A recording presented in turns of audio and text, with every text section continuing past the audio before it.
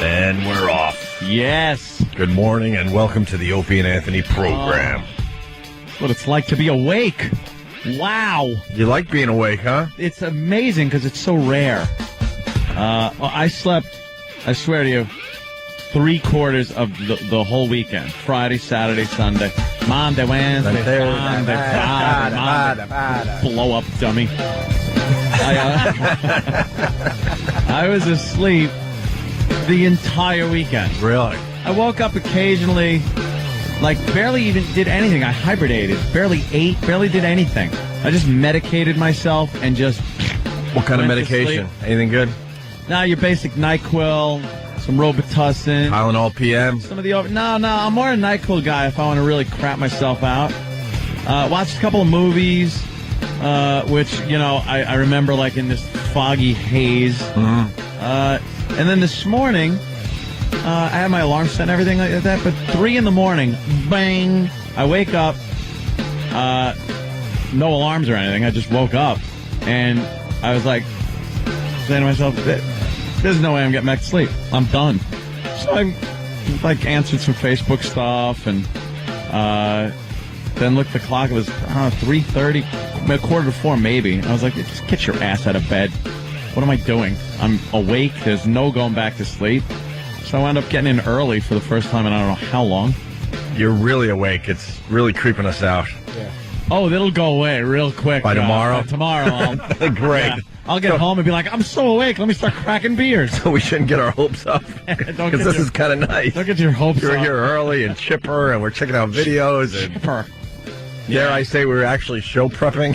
Yeah, a little show prep was going on. God. It was amazing. The voice feels better. It's like back and still a little tinge on the left hand side. So I said, Kenny, out for some of that tea and honey. But knock wood. I don't see a problem with that. So yeah, that was just a bad one. All of last week I was in really crappy shape. The days I was in. My voice was shot. I was really, trying. I think we had some good shows in there, but man, it hit me when I left Thursday. I was walking to get my truck, and I got so dizzy. I'm just like, oh no, this is not good. Pushed it. Were you thinking aneurysm or something? No, I was just thinking I'm really sick, like I got a flu or something. And you can't tell in that icy cold weather because you're sweating anyway, and you're walking and. Last thing I want to do is, collapse on the sidewalk and have some homeless guy decide he's got to give me mouth-to-mouth as he steals my wallet. That would be your biggest nightmare. That'd be the security camera for one of the banks, just see people rifling through my pockets. Would you rather die at that point? At that point, probably. If you collapse on the sidewalk and there's a homeless guy coming toward you, and he wants to give you a mouth-to-mouth. I know the CPR. Oh, yeah, do you? What movies did you see? I saw 2. 2 movies? I think we saw the same movie over the weekend. Yeah. We were talking about it a little bit. I saw Taken. I saw Taken. You did? Yeah. 3 Takens. I'm thinking 2 out of 3 liked it. Just by the look on your face. At Jimmy's face. I loved it. Did you? I swear to God, I loved it. Did you? And I'm not an action guy for the most part, shoot and kill everything in sight type of movie watcher. But that I really liked. I thought they could have developed the characters a little better. But I hated it. Why did you hate it? This is the Liam Neeson movie that it seems like the whole world has seen, even though it's not in theaters yet. Because I was online last night talking about the movie, and everyone's like, "Oh yeah, I saw it last week. I saw it last month." And this movie's been shown all over the world, so. That means a lot of copies of this movie are out there. All right, Jimmy, who was talking in a weird way you didn't like? That seems to be how Jimmy distinguishes movies. Does this guy whispers? Oh, yeah. This guy talks like this. What was your big problem with Taken? Besides the fact that Liam Neeson's hair dye job looked like he it looked like he soaked his head with soy sauce. All right, well, we're all laughing because that's. I'm just I'm watching, just going. What did they do to his hair? They shoe polished it. It looks horrible. Black hair, and he's no kid. His teeth look gray too, or something. I didn't even know. I couldn't. I noticed that he had weird, bad teeth too. Unbelievable. The daughter was a terrible actress. She was terrible. Yeah. She ran like a retard. Watch when she ran. Dude, That's what my girl said, too. Why does she run like that? I started laughing as she's running because she was trying so hard to look like a young girl running, but it was a retard run. Right. It was like, Dad! She was trying to, portray innocence by running to daddy like that. Yeah. And then she gets a horsey for her birthday. She is a retard. Yeah. His ex-wife marries the rich guy, and he brings a karaoke. It's this handheld, awful karaoke machine. Horrid. And then the daughter gets a pony and puts from her new father. Dropped the friggin' thing, pretty much. Oh yeah, she dropped the karaoke like it was a hot potato. Yeah. and did the stupid run over to the horsey. To the horsey, a retard run. He's a ex-CIA guy. And he's moved to this part of the country to be closer to his daughter. His retarded daughter. I didn't care about their relationship at all. She has to walk up through the kidnapping. It was horrendous. They had to develop the characters a little better, but I liked it. I liked it purely on just action. Yeah, the action was That's ridiculous. it. I didn't care about. I think I even commented on it on one of the many sites I'm on. It's one of those things where it's like I didn't care. I didn't believe any of that could have happened. No. But I just like the action. Liam Neeson's watching him beat up people was kind of funny with his soy sauce. That stupid hairdo. He's believable when he's beating people up, that's for sure. Yeah. Did you notice that the girl that the daughter went to Paris with was supposed to be just a little older, but she looked like she was pushing 30? Yeah. And acting like she's only 18, 19 years old? And that took me out of the movie a little bit, but she was like the stereotypical, we're in Europe, let's just go crazy. Yeah. Oh, it was so bad. I'm telling you, watch that movie again. I will beat you both out of having any enjoyment of this piece of crap movie. Patrice, I can't even be friends with him anymore for recommending it. He's my ex-friend. Patrice O'Neill's my ex-friend for recommending that movie. I liked it, man. Ex-friend. I liked it. Taken as in a big dump. This is what it was. I absolutely liked the action sequences. Yeah, that was pretty good. Yeah, the action was good. You know, action is fine. But And I said last night that they didn't wimp out with the violence, because a lot of these movies, it's like there's a lot of shooting, but they don't really show you that person is actually now dead. Yeah. This movie was like, screw all the rules, where everyone's dying in this movie. Everyone. Yeah. A pretty good movie that I saw, and it's available on demand. It's been out for a while, is Eastern Promises. That's the one with Vigo. Vigo is in it. Russian mob kind of a movie. Okay. And ultra violent, really good. A lot of throat slittings. Some very graphic cutting off fingers of a body and knocking the teeth out so they could dump the body. Wow. Where it looks pretty realistic, and just some ruthless Russian mob stuff. Who's the star in that? Anyone famous? Vigo Mortensen, yeah. I sound like Voss. Vito Morgenstone. Oh, that guy. Yeah, from Lord of the Rings. Yeah, I know that Lord of the Rings guy. You should have said Lord of the Rings guy. Lord of the Rings guy. I don't know most of these guys' names, but, I know their characters. Vigo, right? Yeah.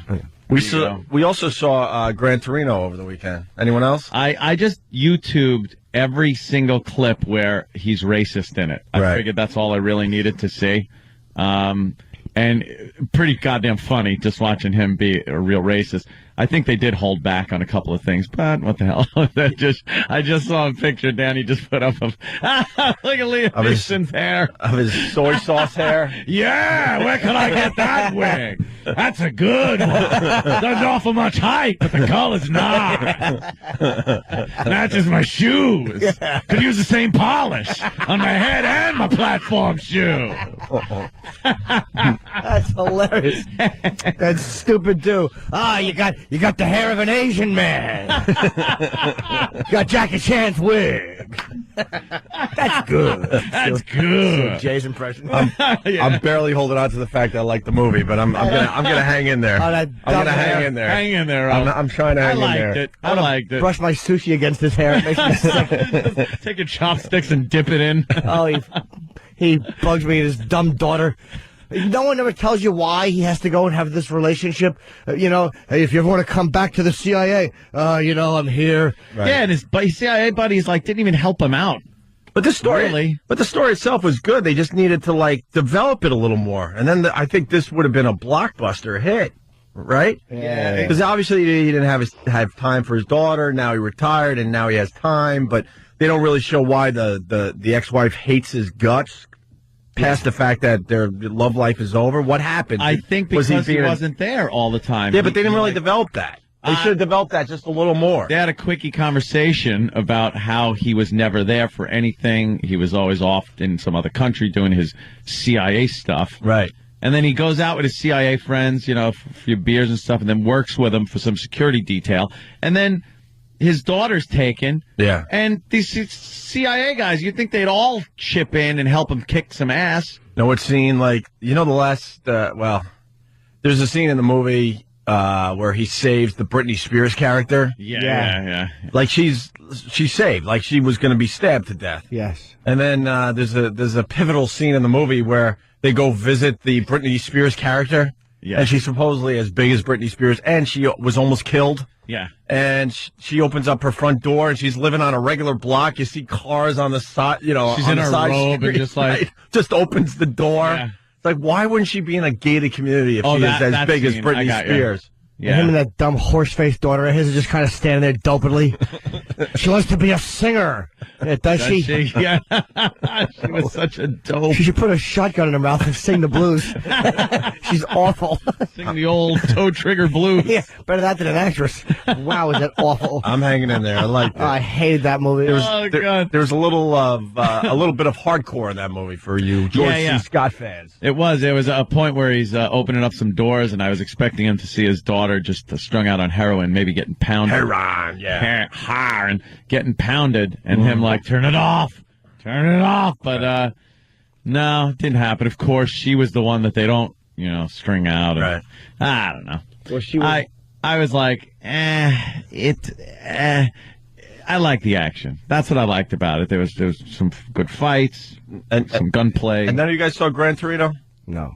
No, like I said, I just watched all the races. Eastwood was really good in that movie. Yeah. Really good.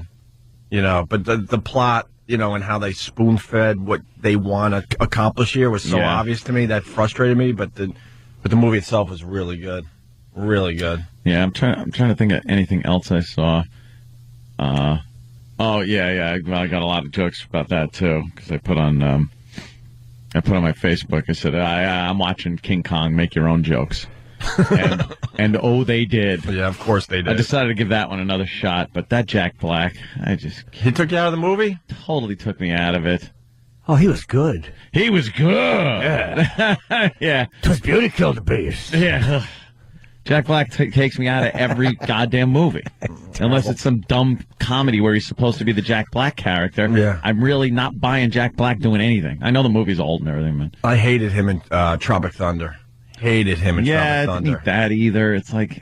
I liked Tropic Thunder a lot, but Jack Black was like, ugh. Oh, the drug addict character. I Right? hated him in that movie. Yeah, I thought there was one funny moment with him in that when he was tied up to the tree. There was one funny thing. Right. Yeah, Tropic Thunder I thought was pretty overrated as far as being a funny movie. I had heard like, oh my God, you got to see this. It's hysterical. And I watched it. They had some funny moments, but, not one of these, wow, I'm laughing my ass off through the whole thing movies. So. Right.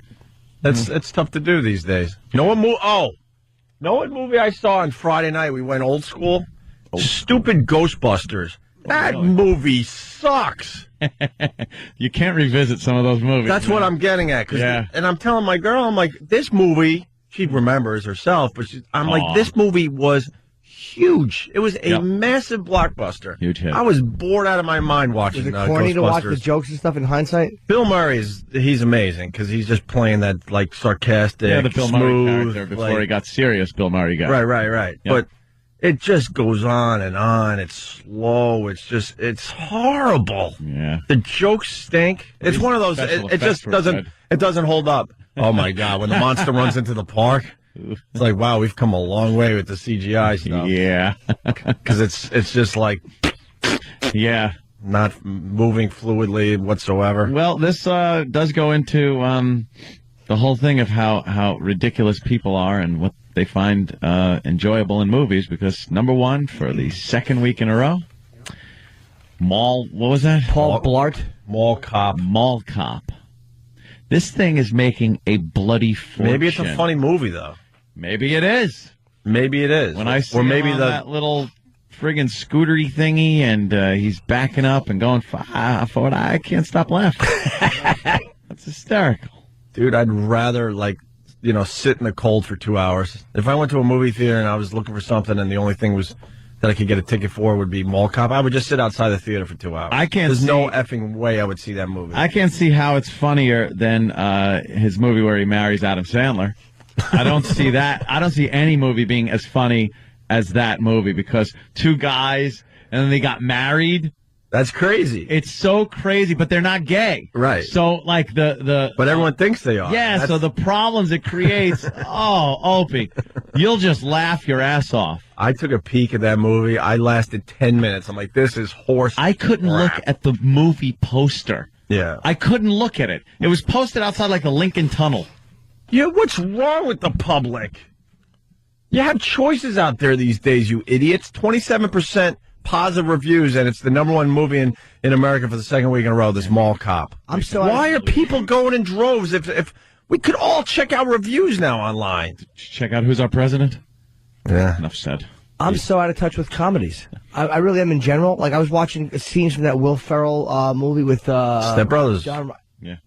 It made my teeth hurt. Yeah, there's a couple. It was horrendous. There's got to be a service where they just show just the best parts and the funniest parts of movies. A comedy. Because there were a few really funny scenes in Step Brothers, but the movie itself was just horrendous. It's so hard to make a comedy that just goes for me, my type of humor and everything, Superbad was hysterical. Great. Love Superbad. Goddamn hysterical movie. Loved it. That is what I find funny. Look at him on I bet he gets into all kinds of trouble at the mall and has to deal with mall people. I bet there's a sassy old lady and a sassy fat black woman he's got to deal with. You know what I don't understand about guys like Kevin James? How bad do you want to be famous or continue your fame that... Oh, please. You think he's sitting there, I know he's making a bloody fortune off the movie, but you think he's proud of what he does? Yes. As a creative person? That bank account? Well, pride in decimal points. Well, let's take the money part out. Obviously, money is great for everybody, but you think he actually sits there and is like, "Wow, man, I really did something good here. This movie, man, I'm proud of this movie." I don't know. I guess. Or is he get the douche chills inside and gets embarrassed? Like anything else, when you're doing it, it's fine. You think? Yeah. You think you're doing the right thing. Well, he certainly doesn't need the money. I'll say that. Yeah. King of Queens, he's probably making $20 million a year. Or maybe he wants 20,000. I was going to say perhaps a bit more. I meant to say 20,000, but I forgot it's a show where you're supposed to be funny. But I just gave a real answer. But he had a bona fide moneymaker with King of Queens. Yeah, so. you have a TV series that's on 3 seasons or more, and that thing was on for how long? 7, 8 years. Yeah, and he's set. Let me tell you something too. We had a chance to talk to Kevin James, and we can't get behind your dumb movie. It's awful looking. We fake some of the movies when guests come in. We're like, yeah, right. I saw it, and it's definitely on film, right? Right. But that it would have been really hard to go. Tell us about Mall Cop. It just looks fantastic. Yeah. All right, we're just getting started. 877-212. O&A. Kent the movie guy, Jim replied to my email about Taken, made me feel like an idiot for liking it. Oh, Jimmy's good like that. Jimmy can make you feel stupid for liking something. You're just getting people back because of what Patrice did to you. Or no, you did it to Patrice with Face Off. Never mind. Oh, Face Off, right. Yeah. I heard about that discussion. That was hilarious. And if we can come back and I can talk about Time Warner Cable. And, did you have a little problem with them? You bet I did. Oh, first we I got a problem with them, too. Cool. Happened in the middle of a pay-per-view I happen to be enjoying. Oh, no. Yeah. Fedor? Yep. All right, we'll talk about that next. No. Opie and Anthony. We'll get through it, though. Opie and Anthony, 877-212-O&A. So Jimmy had a problem with Time Warner Cable. What a terrible service. I hate Time Warner Cable. I can't get online to play my damn Tiger Woods golf, and it's becoming a major thing. Send someone over my house and fix my cable modem. I certainly hope they're not a sponsor. Well, they have to do the right thing. Well, if I got a real problem with them. Well, sometimes you keep it, private if they're a sponsor. Oh, really? Oh. And then publicly, you bash things that are like competitors. Really? Yeah. Then maybe they should have got someone to my house immediately. Maybe they should have. Instead of giving me the old runaround. I know. I just got jammed up with Dell that one time. I went off. Yeah, it happens. Schmonzer. That's why these companies got to take care of everybody, and they have to have a good customer service and take care of their customers because you never know who you're talking to. You never know. You can never know. I blasted them on MySpace already. I was watching I did a couple sets Saturday. I canceled my final show because I wanted to come home and watch the Fedor Affliction pay-per-view. Yeah. He was fighting Andrei Arlovsky, and I'm like, I wanted to see it. So I get home, and I turn on the Affliction pay-per-view, and the fight before Fedor was this guy Josh Barnett and this guy Gilbert Yvel. And Barnett's a big white guy, and the dude he was fighting, this Gilbert dude, looks like just a convict. You know, he's a bald dude, he's like a Brazilian, a black dude. He's tattoos everywhere. And he looks like he's a problem. A major problem. And this big, klutzy-looking white dude is all over him. It's great. It's something you never expect to happen. He's beating the hell out of him. He's got him on 5-minute rounds. 3 5-minute rounds is how long a UFC fight is. So, I don't know. So it's the third round, and there's 3 minutes left. And you know on a digital thing, when something's happening, and all of a sudden... It freezes. It yeah, freezes. I hate that. So it froze. And it stayed frozen, and it stayed frozen, and it stayed frozen. And so I called Time Warner. Did you unplug your box? Exactly. Unplug the box from the wall for 3 minutes. I will hold, and then you tell me when it's done.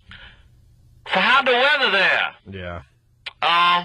Okay, do you have a card in the front of the box? Pull the card out. Wait, let me look at my flow chart. Okay, now plug it back in. Now wait an hour for the box to reboot. Meaning that's my excuse to get off the phone and deal with the next dummy. God. As soon as they go into script mode, I always go, no. No script. And I even say, no, throw your script away. Yeah. We're gonna skip a bunch of those dumb steps that you got in front of you. Yeah. No. Here's the deal. This is what I know. And then maybe you could find it on your dumb flow chart. Do you own a television? Yeah, exactly. All right. We can skip the first few of these. Right. Exactly. So go ahead, Jimmy. It froze up. Oh, dude. And obviously it froze up before the main attraction, which is the Fedor fight. This is the third and final round of a fight before Fedor's. So I'm like, is this coming out of the signal from Anaheim, or is this Time Warner? Yeah. So I wait a couple minutes, and I call Time Warner, and I'm flipping out. And then I realize 17 minutes has passed, and nothing is happening. And the guy's trying to resend me the signal. We're going to refund your money, sir. And I'm screaming, that's not good enough. Right. I was out of my mind. Not the part. So I went into the bedroom, and I turned on the Affliction channel, and there it is. It's happening. I'm like, God forbid the dummy who worked for this company said, you have another TV, go check that set. Didn't even think to tell me that. Oh. And I turn it on, and there's the Fedor fighting. And so that my girl and I sit on the bed, and I'm like, all right, well, at least we get to see the fight. And exactly 2 seconds later, Arlovsky kicks Fedor into the corner. Fedor pops out and knocks him unconscious. So I caught exactly 27 seconds of the fight. I was so angry. Oh, my God. You must have been... You know what? So pissed. That's a good 27 seconds, though. It was, but I finally... Not good enough, I understand, but... I did get to see the whole thing, but it was so irritating. Yeah. Because when you watch the whole thing, because Fedor was not killing him in that fight. I think Arlovsky was winning the round. I mean... he was hanging in there. Yeah, I think he was going to at least... And then he attempts some kind of, running jump... Oh, it worked. He kicked him into the corner. But then he lunged with his knee up in the air, right? And he was off the ground. And Fedor clocked him right on the chin, cold before he hit the canvas. He had a reach advantage, and he seemed to give that up when he came into the corner against Fedor. And Fedor, that big, meaty Russian fist, he hit him with a shot. He was unconscious in midair, and he just fell. Yeah. Wow. And you have to see this knockout, the man you chit-chatted with. Yeah.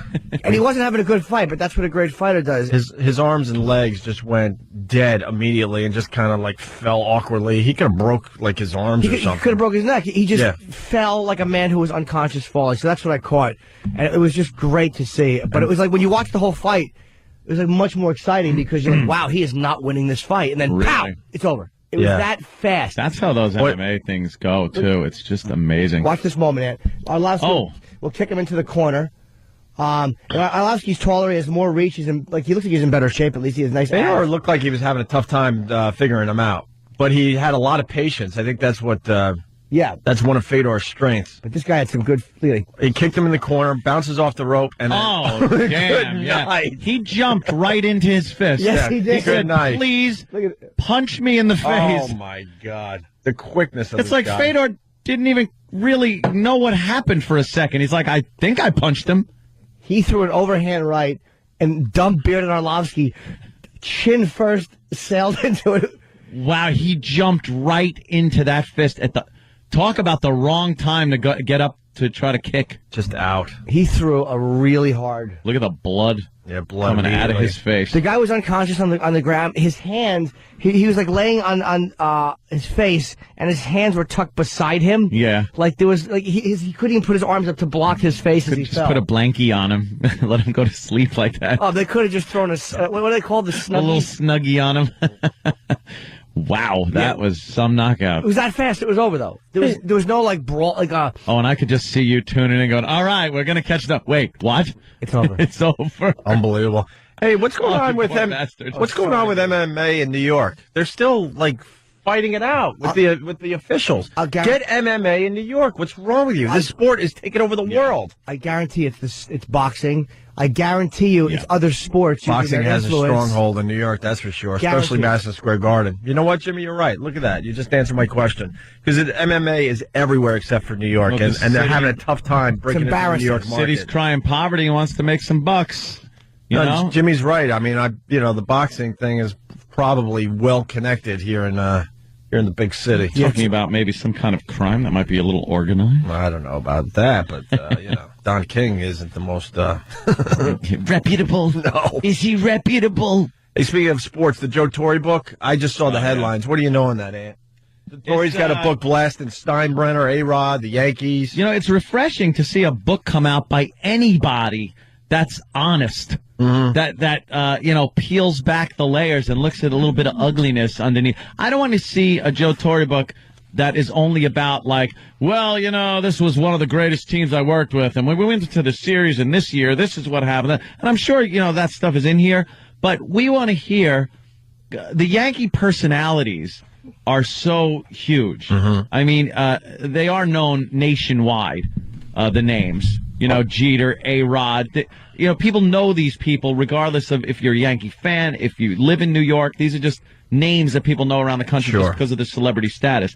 And it's amazing to see Torre just start going after some of these guys. Mm-hmm. He wrote a book, especially people like George Steinbrenner, and the Steinbrenner family and the people around Steinbrenner. Did you ever think that Torre would tell stories like this? No, he comes across like the guy, that he would go to his grave with all the crap he saw. Take your pinch like a man, you keep your mouth shut. But it's refreshing. But that he's doing this. It is. Like you said. He's in LA now.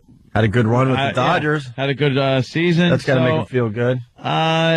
Perhaps some of this stuff was really bugging him the past few years. And, you know what this is about. Showed. They showed him the door when they shouldn't have showed him the door. Yeah. I mean Torre, proved himself that he should have stayed in New York for a few years.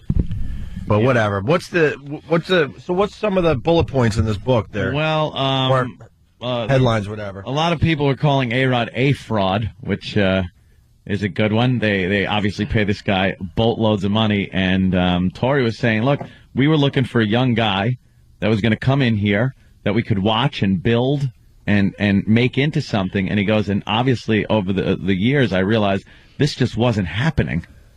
Like, this just was not going to happen. Here's one of my favorite little lines from the book, though. Torre says, I said to Alex, do me a favor. At least get a cup of coffee by yourself instead of sending someone out to get your cup of coffee. Which now, to me, comes off as a figurative thing. Yeah. Mm-hmm. Could be tea. Yeah. It could be tea. A little while later, he goes out of his way to find me. He's carrying a cup of coffee. Alex then says, look, Skip, I got my own cup of coffee. And then Tori goes, that wasn't even the point. It was just an example. The point was just to be one of the guys. He didn't get it. Like to come running up and going, look, Skip, I got my own coffee. Just completely out of touch. Oh, God. Ugh. All right, devil's advocate. Okay. Yeah. He had lifts in his cleats. He slid wig first. He was safe. It was perhaps it annoyed Alex when he said that, and then saw him later while he had his own coffee. And maybe A-Rod was busting his balls back, going, "Look, I got my own coffee." I'm not saying that's true. I hate A-Rod. Maybe. But that could be true. But when A-Rod writes a book and then puts that in it, you know, this is what I'm reading, and you could see that. Okay. You could see someone like A-Rod doing something like that. Like, hey, even if he was being sarcastic, like, look, see, I got my cup of coffee. It's like, no, that ain't the point. Sometimes you just gotta, like, be one of the guys on the team. Chris Charles from Oceanside. I knew this was coming. Yeah, A-Rod only had 2 MVP seasons with the Yankees so far. Some fraud. Yeah, you're right. The fact is, when it comes time to really produce in the clutch, the guy stinks. Well, maybe Joe should have said that. Yeah. Yeah. How about this most valuable postseason player? Can you get that one once? Right. Yeah. And by the way, it's not Jimmy or Anthony saying a fraud. It's his own teammates. Oh, my God. It's in the book. Joe Torre said his own teammates called A-Rod a fraud. Could you explain a book to this guy first? Perhaps he's having problems with that. And claims he had developed a single white female-like obsession with Derek Jeter. With Jeter, where he would just follow him around like a puppy dog. I love my hair like this. Yeah, how about Joe Torre would have Line told from him, the movie, yeah. you know, hey, Alex, every once in a while, why don't you produce in October? How about that? Give him that goal so he could go, look, Skip, I hit the ball. And what's the deal with his cancer? I guess George Steinbrenner knew that Torre had cancer before Torre knew he had cancer. Oh, my God, Steinbrenner knew. And the tumors in Steinbrenner's box of all the dramatic melanomas. Of all the dramatic things I've ever seen. Joe's prostate's in the dugout holding up a sign. Goodness gracious. The white blood cells are smiling. Oh, that's that's terrible. That's just awful. But I guess the team physician went to Steinbrenner first and said, Torre's got the big C. Yeah, got the big casino. And then Steinbrenner, according to the book, it says, George called me and led me to believe that he knew the results, which pissed me off. So I stopped trusting not so much George, but the people around him from that point on. And that's in reference to George Steinbrenner knowing the results of Torre's prostate cancer exam before Torre himself did. Well, they said that Steinbrenner didn't come right out and say that he knew, but he was just he wasn't a good actor. Like, he's like, so, hey, Joe, how are you? You laying on your side or stomach again, huh? Joe's like, what? Oh. The doctor's doing catcher's signals behind him. Just checking. Yeah. You know? Oh, God. Oh, that's terrible. That's just hi, awful. hi. Let's say hi to Frank in Jersey. Frankie. Yo, good morning, guys. Good morning, Frank. Jimmy, it sounded like you were sticking up for A-Rod for a minute. That guy's a pompous ass. I'm not sticking up for him. I was only joking, but I was that saying was more of a joke there, buddy. I was saying that you just don't know if he read the sarcasm right there either. But no, I'm just, sticking up for A-Rod. I think he's a bum. He's a Hall of Fame player, but he's terrible in the postseason, and I just don't like him. We ran into him in Atlantis. My friend was down tying his shoe. He stepped up and bumped into A-Rod by accident. He goes, oh, A-Rod, welcome to New York City. We're so happy to have you here. Good luck. He goes, yeah, listen, kid, don't let it happen again. Big pompous jerk. Ugh. Yeah, You sure he wasn't kidding when he said that? He doesn't seem Don't like... let it happen again. It seems like he doesn't know what kidding is. Right now he's got to listen to himself instead of continue the conversation. And to wrap up, we're talking sports here. This is a weird little story. Coach was fired. There was a high school basketball coach. He was fired. The reason he was fired was because his team won the game 100-0. 100 zip. So the school, this is the whole sportsmanship crap that is happening with. Go ahead. I was just going to say, it sounds like a South Central against Connecticut. Well, yeah. And the opposing coach, David Patterson, had to explain why he was having all of his players throw the ball into the bleachers, why he was putting cheerleaders in as the center.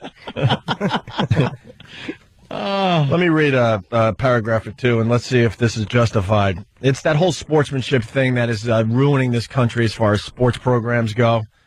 Dallas, the coach of a Texas high school basketball team that beat another team 100-0, was fired yesterday.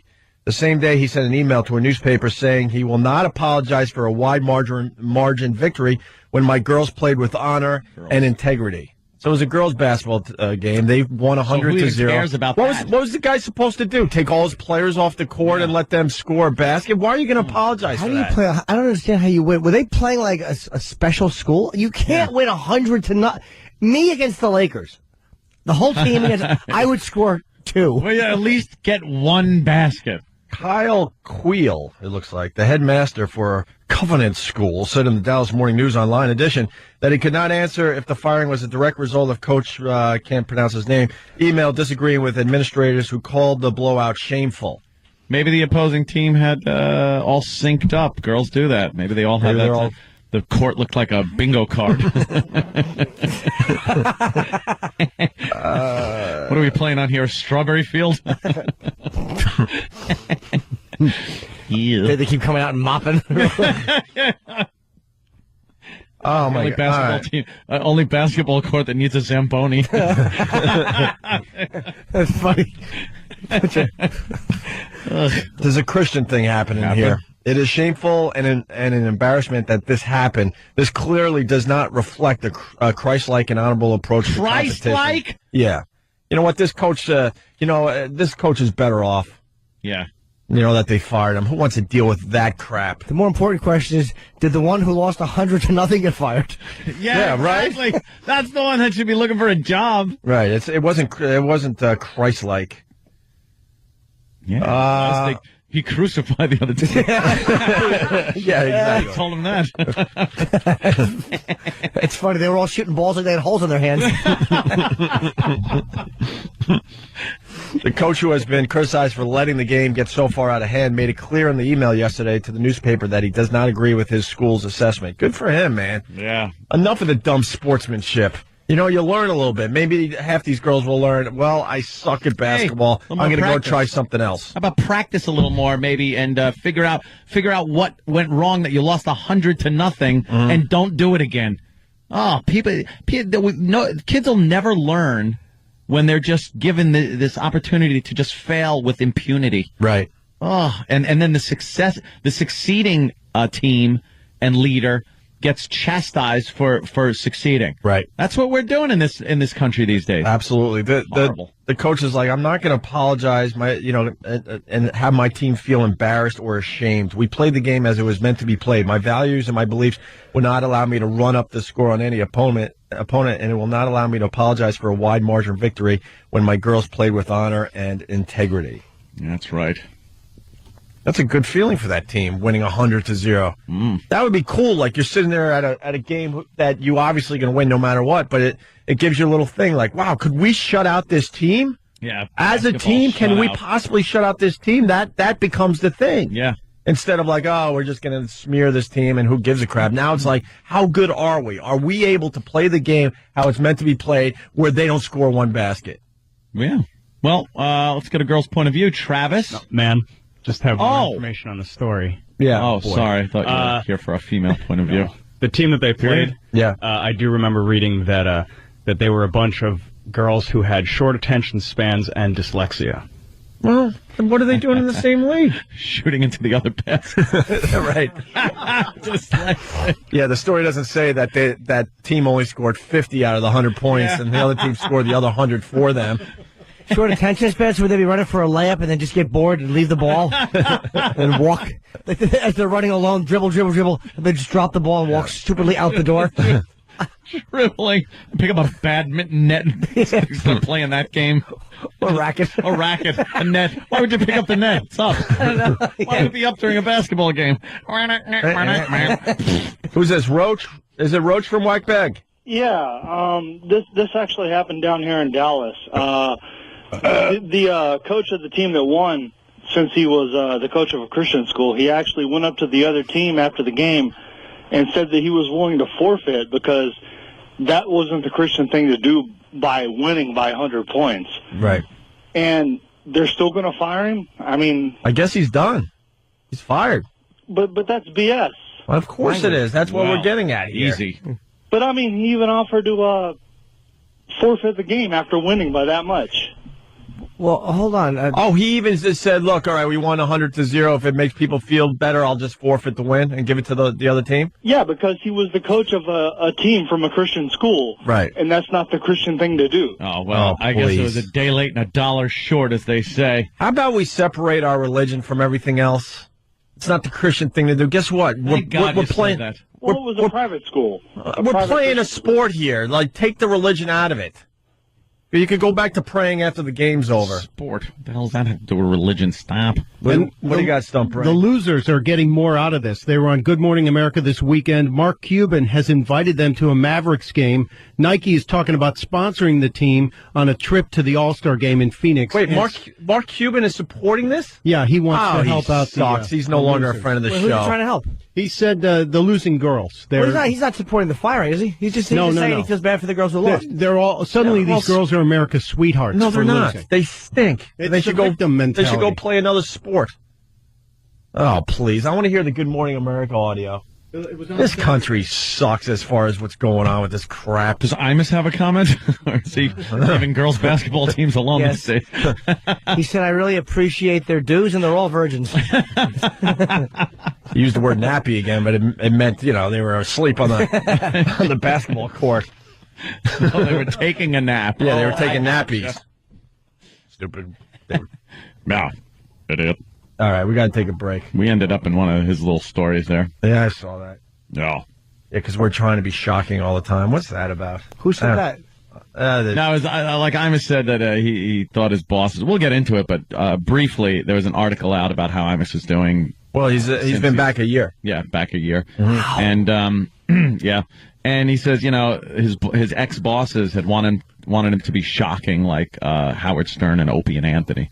So that's how our Google alert. But it's not true because we had the same bosses and they actually were taking the shocking part away from everybody in this company. So that's just not true. And then they said the face of his show has changed because they do have 2 black people on the show and the content has changed. He's not going for the real meanness or gutter stuff anymore. And, whatever he wants to do, I guess you go through stuff like that, We're obviously not going to do anything with churches anymore, so he got a little problem with racial stuff, and he wants to steer clear of that. But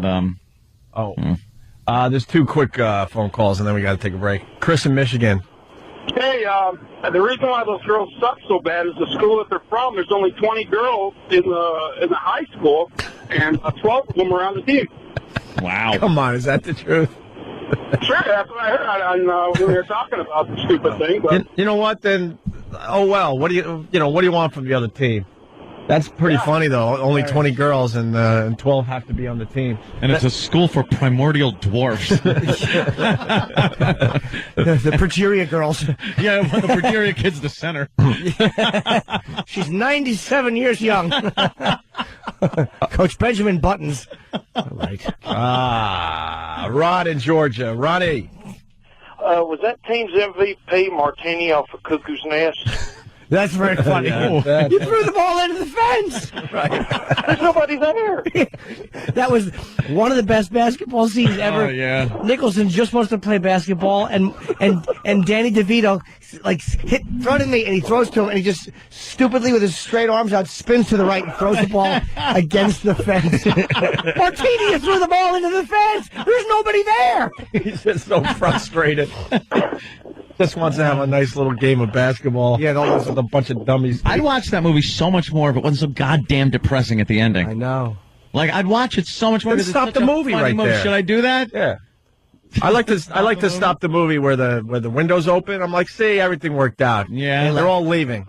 All right, I'm going to go watch Family Guy now. Yeah, I'm out. You can make your own ending. He's trying to show Chief how to play basketball, and he gets on Banchini's back. Banchini, old horse! Yeah. And no, General! And he's trying to make him go the other way. I'm tired. I'm tired. Bunch of psychopaths. Effing movie's brilliant. All right, we got to take a break. Some thoughts. Sushi chef road rage. We'll figure out what we're going to do next. Road rage. Pelosi talking about contraception. She's an ass, by the way. Father chains daughter to bed for overeating. Hot. I like that. Hey, what else you gonna do? And Stephen Adler on the Heron. Yeah. So we'll figure out what we're doing next. Also, I dig this new broad they plugged in there as a senator. I'm digging this broad. Oh, the one for New York? Oh, yeah. That means she loves guns. Well. And hates black people. Who is she? Hey! No. I don't even care what her name is. Gillibrand. No. Yeah, It almost sounds a little too much like our lawyer here is what it was. Oh, really? Hildebrand. It's Gildebrand. That ass. And she has a voting record of 100% with the NRA. Really? Absolutely. At least she's balanced. Yes. We'll talk about that next and other Thank things. you. Opie and Anthony, stay there.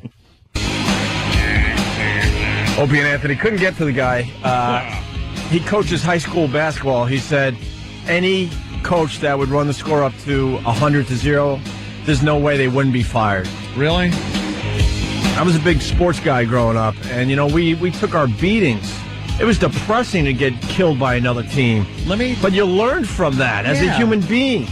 And let me ask you something. Why isn't there somebody, a game official, whose job it is to call the game? The coach's job should be to let your team play to the best of their ability until the end of the game. Right. That's their job, not to instill in them some kind of sympathy thing. Right. If the officials want to call the game when it gets 50-0, then let them do it. But you got to play hard all the way through, Right. and that's like a life lesson. Yeah. You're gonna get your ass kicked, and sometimes you're gonna kick someone else's ass. Put it in the rules if you don't want it. If it's going to get some guy fired for not doing it, then put it in the rules that it's a must. If you get to 50-0, right, the game is over. I hate what's going on in sports. I used to be, I should say, a huge NBA fan, and in the last, I don't know how long it's been now, maybe 10 years. Like when a team is really winning by a lot, they take all their star players out, and they throw the scrubs in there. Yep. Old school NBA, you would get to see like Michael Jordan like kicking someone's ass and going, "Wow, he could score 80 points tonight." But now, when there's a big lead, they take LeBron James out, they take Kobe Bryant out of the game. I was a huge Pete Maravich fan, and I was watching some MSG Classic where he's running up the score on the Knicks. And if he played that game today, they would have taken him out after the third quarter because the game was over. Yep. And I hate that that's going on in the NBA. Hate it. That's not sportsmanship, though. That's so your stars don't get hurt. That's why they're doing that, because the other team is the way they're going to buy. If a guy like is running up a score, there's a 37-point victory in the fourth quarter. What they're going to do is they're going to start fouling you really hard. Or you're going to get hurt doing something stupid, or the other team is just going to start really fouling you hard. It just sucks because like someone's in the zone. Let's say Kobe Bryant for an example, and he's in the zone. He's hitting everything. He can't miss. It's his night. And unfortunately, they're playing a team where they're up 20, 25 points, and all of a sudden they sit him. And we got to. I'm going to kick this out. Oh, no. Oh, my God. Fix God. our stupid equipment. That's all we ask for this dumb company. Stupid equipment. Anyway, now I forgot what I was going to say. But the guy's having a special night. Yeah. And unfortunately, now he's sitting out the rest of his special night. He's in the zone. And whatever. I think it's more an injury thing, though, because, again, if Kobe is... If they're running the score up and it's like late in the fourth quarter, someone's going to get body checked into the stands and just take the technical. But they're going to make a real statement with that, and then someone's going to wind up getting hurt, and you're going to lose a guy for the season. Well, as a fan, it kind of ruins it for me a little bit. That's all. You're not seeing those unbelievable individual performances anymore, like a 70, 80-point game, 60-point game, because usually that happens in a blowout and they just sit everybody. You want to see those huge achievements that somebody can do in a whole game. Yeah. Oh, and here's something. Nick in Ohio, he says the losing coach should just throw in the towel. Like Anthony makes a good point. The team and the coach should just continue doing what they're doing. Right. And if the other team is like, wow, my girls look stupid here, I got to throw in the towel, or if the I don't even agree with the ref calling the game, but don't make the coach like all of a sudden start laying back and taking out his star players and and calling the game, saying, "Oh, look, we'll end the game. Well, we understand. We've been beating you." Well, I told you about my nephew Carson. He's my brother's kid, obviously playing football, 10, 11 years old at this point. And when he was on a really good team, and when the team, I forgot how many points, was up by a certain amount, they had to take out all their offensive starters. Yeah. And now these kids have to sit until the other team makes the game closer. That's ridiculous. Yeah. How is this going on and no one is yelling and screaming about this? The world is getting extremely competitive. Just trying to get a job out there, right out here in New York, is a competitive thing. You got to teach these kids that you're gonna get your ass kicked, and sometimes you're gonna kick someone else's ass. I wonder how some of those people that have been raised in that environment are handling losing a job, competing with other people for a job, going in, handing a resume over, doing an interview, and then being told no. We can't have you. I wonder how they're handling that based on how they were brought up with people, always coddling them and other things. By the way, someone is calling me. Josh, Kobe scored over 80 points just a few years ago. I do know that, but what my point is, you don't see it as much because the game has to be close all the way to the end for these star players to continue scoring like crazy when they're in the zone. I guess that's the point I was trying to make. Let's say hi to this guy. He's a high school basketball coach in D.C. What's up, sir? How you doing, gentlemen? Yeah, love you, love the show. Live longer. Anyway, I'm calling to let you know that I coach at a Catholic school. And as a Catholic coach, I have played against another Catholic team, that had a bunch of boys playing basketball that had never played before. But because their athletic director decided he wanted them to play teams with talent, these boys who had never played basketball go up against boys who have been to state championship games. And they got crushed. But I had to sit people after the first half because I knew my athletic director would have killed me at a Catholic school if I hadn't sat them down to teach them that you are blah, blah, blah. In a Catholic school. In a public school, they'd be screaming for blood. They'd want you to crush somebody. But in a Catholic school, even my parents would have yelled at me for this. Yeah, it sucks what's going on. It really does. You got to make everyone feel good. Oh, yeah, it does. Oh, trust me. That's ruining some of these schools right now because I left the school that I was at. Right. And part of the reason was because the kids that are in one of the classes now have been coddled and have been told, you're special. Yeah. No matter how bad you are, you're special. Everyone's so damn special. It doesn't, but the point here is it doesn't sync up with the real world. So you're not teaching your kids, you're teaching your kids a horrible lesson. Yeah. By having a mercy rule, by all this stuff. You're not helping them out in the long run. You're really not. Not preparing them for the real world. I don't mind mercy rules where if it's the really young kids and someone's getting slaughtered. It's different in high school, though, where you're supposed to have a bit better mentality. But, a bunch of 8-year-olds are playing, and it's a massacre. It's like, because they grade things on a curve. I mean, it's like, I'm all for just letting them play, and suck it up. Kid. Let it go. Just let them play. And then as a parent, you explain, well, you got your ass handed to you. You had a rough day. I mean, guess what? You're gonna have a lot of rough days in this world, and it's better you learn this early on. That's right. I'm for great Santini rules. Throw the basketball at his head. We don't have to do this break again. It's something we talk about a lot, but just to acknowledge, people are calling and talking about mercy rules, and every kid now gets a trophy, and another mercy rule. Yeah, it's going on out there, and I just completely disagree with it. I will say this though: sports are basically unimportant nonsense. True. Compared to self-esteem. I mean, and again, I believe that you should allow a team to kick the crap out of the other team, but sports really are. They're nothing in the real world. I mean, we sit around, we watch other men do it. 1 out of 5,000 of us can make a living doing it. And it's like jocks are coddled, and then they get free educations because they can throw a ball and run fast. They stink. Oh, you know what? Someone is actually helping me with my story. Zeno in Philly. No, Opie, you said Carson's team had to stay on defense till the margin was under 20. Yes, thank you. Oh, right. I had it a little wrong. That's right. So the team doesn't even get to play offense anymore until the other team comes back. How crazy is that? Because then you, as the team that is kicking ass, is now going to allow the other team to score because you really want to play offense. So what is that teaching the kids? Thank you, Zeno. Be nice. Be nice. Be nice. F all that. Dude, I'd be nice, people. Screw being nice. You could have sportsmanship at the end of the game, and all that. You could take care of a lot of that stuff right after the game, a little sportsmanship. But I'm just such a disgust with jocks in the way. I mean, I don't hate all of them. I was never beaten up by them. I just, I've dealt with enough of them as an adult. It's just a bunch of mentality. There's a jockish mentality.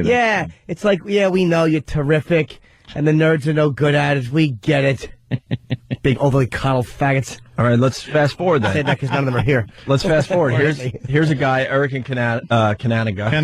I was actually going to say Canada. Yes, that's a new country. It's in Georgia. I wasn't even going to say Canada. I was going to say Canada. Eric in Canada. Now it's going to be Canada for the rest of our time here. Go ahead, Eric. Change the man. Hey, I was one of those kids who was coddled in sports. Mm-hmm. And, you get out of college, and it just kills you. The first time you don't get a job. Right. You go through the whole process. They call, tell you you're second. It just kills you. Okay, well, it doesn't teach anything. But I will say this. We complain about the ruthlessness of corporate people and of lawyers. How could they be such scumbags who don't care about anybody but themselves? But then when we look at something like sports, we're like, massacre them. And I'm not saying that's why, but I'm only saying it's like maybe, again, if people are like, looking at things a little bit more balanced, like, you know what, you kind of got to think of the next guy too a little bit. Mm-hmm. Maybe they wouldn't be such bloodsuckers when they get into suits at a certain age. Or maybe if they were trained differently. What's good? Oh, maybe they wouldn't be such. Wow. Maybe they wouldn't be such self-centered scumbags when they become lawyers or other professions. All right, let's say hi to Jared in Boston. Jared. What's up, Jared? He's a regular. What do you got, Jared? These pansy kids are not just now entering the workforce. I've been around a bit, and we've got a 19-year-old co-op from a really good school in Boston, and we're in a highly competitive industry where I am, and it seems like he's just waiting for everything to come to him. I know that what I specifically do, he doesn't know a lot about. If it was me in the same position, I'd be hounding me every day to learn something new. And I don't know what he does all day, to be honest. I mean, we throw him stuff, but it seems like he doesn't have that drive, that go get him, Yeah. It's just going to get worse, too. Yeah. I don't know if it's just him in particular, but I don't know. I see a whole generation of these pansies coming up. They said that about us, dude. I mean, it's like, I know what you're saying, but I feel the same way. I'm turning into the old man that I hated. Anybody under 30 should be executed. But it's like, that's what they said about us. It's the same crap. Yeah, you don't know what it's like to work. Shut up. Well, there was an article that came out saying that's dead. Saying that I forgot what demo, but kids today are just not working. The numbers are way the F down. They're just not working. We all had a little job growing up. They're just like living off their parents, and like a bunch of people calling right now. We're not going to be able to get to all of them. A sense of entitlement. Yeah. Maybe you can find that article, but the numbers are ridiculous. How many young kids are just not working whatsoever. We all had our dumb little job we had to go to, whether it was a fast food restaurant or caddying or, a paper route. And they said this type of thing is just not happening with the new generation. They just refuse to work. What you were saying about Oh, you know what? Sorry about that. I was trying to do something else. I just hung up on that guy. Oops. It happens. Sorry, feller. You can call back. I'm sorry. Or little ferret or feller. Kurt in Georgia. Kurt. Hey, guys. Aren't you the guys that we hated listening to as kids that told us how much better it was back in the day? Oh, back in my day, Pistol Pete ran it up for 80. Same stuff going on right now that went on 50 years ago. We're just older now and think it was better then. You know what? We're no different than anyone else. I read a quote once. Every generation wants to be the last generation. Yeah, and it is the God's honest truth. It's such a great quote because we all think that way. We all think it was better. The music was better when we were growing up. Maybe not the video games. That's a tough one to try to argue with anybody. But movies were better. radio shows were better when we were growing. All that crap. Everyone just wants to be important. Yeah. You want to be the important thing, the people that were around when the bestest things happened. Right. Right. And you're Sports were just better. not. Movies were better. TV was better. You're a line of bacteria on this planet that just comes and goes, lives and dies, and then burns out somewhere in the middle. Enough. All these That's kids it. think the world owes them. Son's school, everyone gets Valentine's Day cards. We talked about that one. Yeah, Well, yes and no on that one. I mean, I understand it, but you know what? I didn't get them when I was Why a kid. should I be the only one that went through crap on Valentine's Day? I don't want to hear it. There should be another kid in there that was all messed up because he didn't get his Valentine's. He got his heart broken and crushed. It prepares you for adulthood. I'm with Anthony on crap. this. I didn't get any cards. I was the one that went home with some lame card from the teacher or something because it was her trying. Consolation prize. Yeah, something like that. She keeps him in her drawer for the poor saps like me. Right. If it makes them feel, it's like Oh my they little God. Jimmy just wants hugs. But little if they're kisses on little his kids, forehead. because again, it's just another way. I understand that, yeah, whoever gets him, that's fine. But it's like we all have to deal with the beautiful people getting that and the really good looking. It's like, yeah, you know what? Yeah, you just, that's what happens. I know that, but enough with them. You adapt. Of course you do. But what is it? You adapt. But what's the point of giving everyone a Valentine's Day card? And it's not special Then at all. give nobody. Then give nobody at that point. If you I'm give saying, everybody, you might as well give if nobody. the teacher gives them to everybody, who cares? No, it's not harmful. How's it harmful? If it makes a little kid feel, I'm not talking when you're in high school. I'm talking when you're 9. Prepare a kid. Yeah, you're not always gonna get the girl when you grow up. Well, you're not. You're gonna getting have the your girl heart. then. You're gonna have It's your not- heart broken. It's not like when you get a Valentine when you're 8 years old from your teacher. It's Yes. not like all of a sudden all the Lame. rejections are going Lame. to. Oh, it sucks. It's lame. It's Once embarrassing. you get a Valentine little heart thing from I their think it's teacher. embarrassing. It's unless so you're, lame. Unless you're effing your teacher. That'd be a good one. But it's Yeah, no kidding. Imagine. It's harmless. It's lame. Harmless. I know what Jimmy's saying. It's harmless, but you take all these things and put them all together, and it becomes a complete lack of preparation for someone to enter the adult world. And they have no clue what is in store for them. And Jimmy, the point is, this guy's saying like everyone gets a Valentine Day card, but individual cards are not happening anymore. It's like, no, everyone just gets a card on Valentine's Day. But it's also prepared. It was kind of cool to wonder, oh my God, I never wondered. I always wondered in school, and You're better looking than I am. I never wondered. Dude, It was in the end column. You don't know how many Valentine's Day cards I had written out and then with threw girls' away at the names last on second? and had to just throw them away because I'm with you. she hands hers to some friggin' ass. But just getting that feeling inside, like, oh my God, does someone, some girl like me in this school? And there was a lot of disappointment growing up. Absolutely. But there will be. But it was exciting to It was exciting when you kind of did get one. It wasn't exciting when we lined up for square dancing and you saw the girl switching places, so she didn't have to square dance with me. That was kind of sad. And then I got around with Pam Bernfeld, who was the Yeah. head of the IBTC.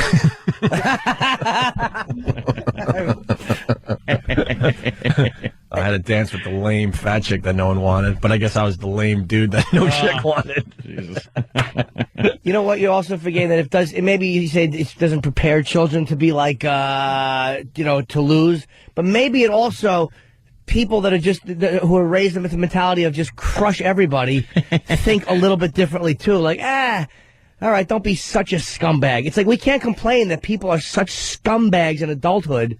It's like, how do you balance that out? Yeah. Competition's good, man. And sometimes it is, yes, very good. I think in some circumstances, sure. I think sometimes it's excellent. I think you could. I could. But it also hurts and sometimes too. Yeah, but I think that's the job of the parent to make the kid understand. You got to parenting is very, very hard. So I hear. I'm not a parent, but you could explain a lot of this stuff to the kids where they would understand and not feel so empty and lonely because they didn't get a damn card for Valentine's Day. But there's a lot of crabby parents, and we all have No to suffer. kid in there We all have to crappy. suffer. We have to suffer because of them. It's not like kids with crabby parents live in their own little society in a walled-in area somewhere. Society. We have to look at them, deal with them. We can't get to everybody. We got some good topics today because the phone's lit. We could grab Scott from Long Island for a second. Scott, go ahead. Yeah, hey guys, what's going on? I was probably 7 or 8 years old, and I actually had a girl. Aww. I really like this girl or whatever, and I wrote her a Valentine's Day card, put like glitter and crap all over it. I gave it to her. She ripped it up in my face. Oh, some girls are real cruel, man. Yeah. Are you a serial killer now? Nah. He remembered that one, though. I grew up all right, man. I'm married with a kid now, so. Yeah. We forget that most of our society, there's winners and losers. Most of us are losers. That's it. Most of us lose when it comes to stuff like that. Most of us do. When I changed schools, when I moved back to the Huntington area from my trek around the island following my father's failed jobs. Yeah. I finally get back, and I knew some of the people there that I had gone to like kindergarten with, and now I'm in the 6th grade with them. And I remember writing on my notebook a big heart with AC plus, and then I just made up a couple of letters and said this was the girl that I was going out with when I had to leave, going out because I wanted them to think I had a girlfriend. I can't even look at you. AC, and did they ask who was AH?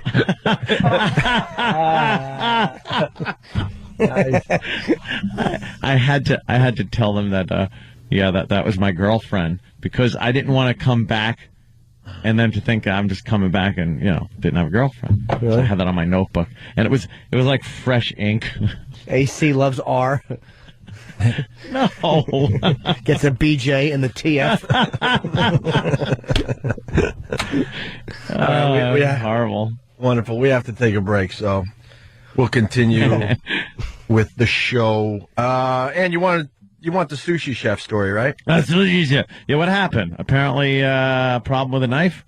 Yeah. And road rage? Oh, yeah. I love road rage. And also, Virginia Tech. Remember the massacre that happened, a little over a year ago? Yes, certainly did. There was a story. No, more than that, dude. 2 years ago, it was right after Imus. Story? It's already 2 years 2 old. 2 weeks after Imus got 2007, yeah. You're right. Well, there was a story that was buried in the paper on, I think, Friday. Mm-hmm. Something horrific happened at that school only a week or two ago. And, boy, the school was able to bury this story. We'll explain in a few minutes. Maybe a few of you read it, but you had to dig for this one. This story was very, very buried in the papers and on the internet. I'll explain that one next too. Opie and Anthony. Opie and Anthony. I gotta tell you, I'm in a mood ever since Friday.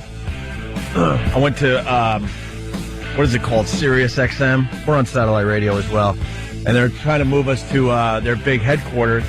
And I was there on Friday. And one of the employees stole my effing work phone. Isn't that great? What do you mean? Stole my effing work phone. My BlackBerry. Where'd you leave it? In the bathroom. For literally a minute to a minute and a half. And a scum blank stole my effing phone. Some effing loser. So I feel naked because all weekend long, living in this day and age without a phone is... Oh, yeah. You turn into a mental patient. You start walking around, you just start pacing. You don't know what to do with yourself. Oh, These scums over there. Why'd somebody at the Hip Hop Channel do that? Well, let me tell you this. So we're looking at the video cameras because they got cameras all over that joint. And there's 3 guys that left the bathroom between the time I left and went back literally 90 seconds later to go get my phone that I realized I left on the sink. So you leave the phone. You leave. The security camera shows you leaving. Yes.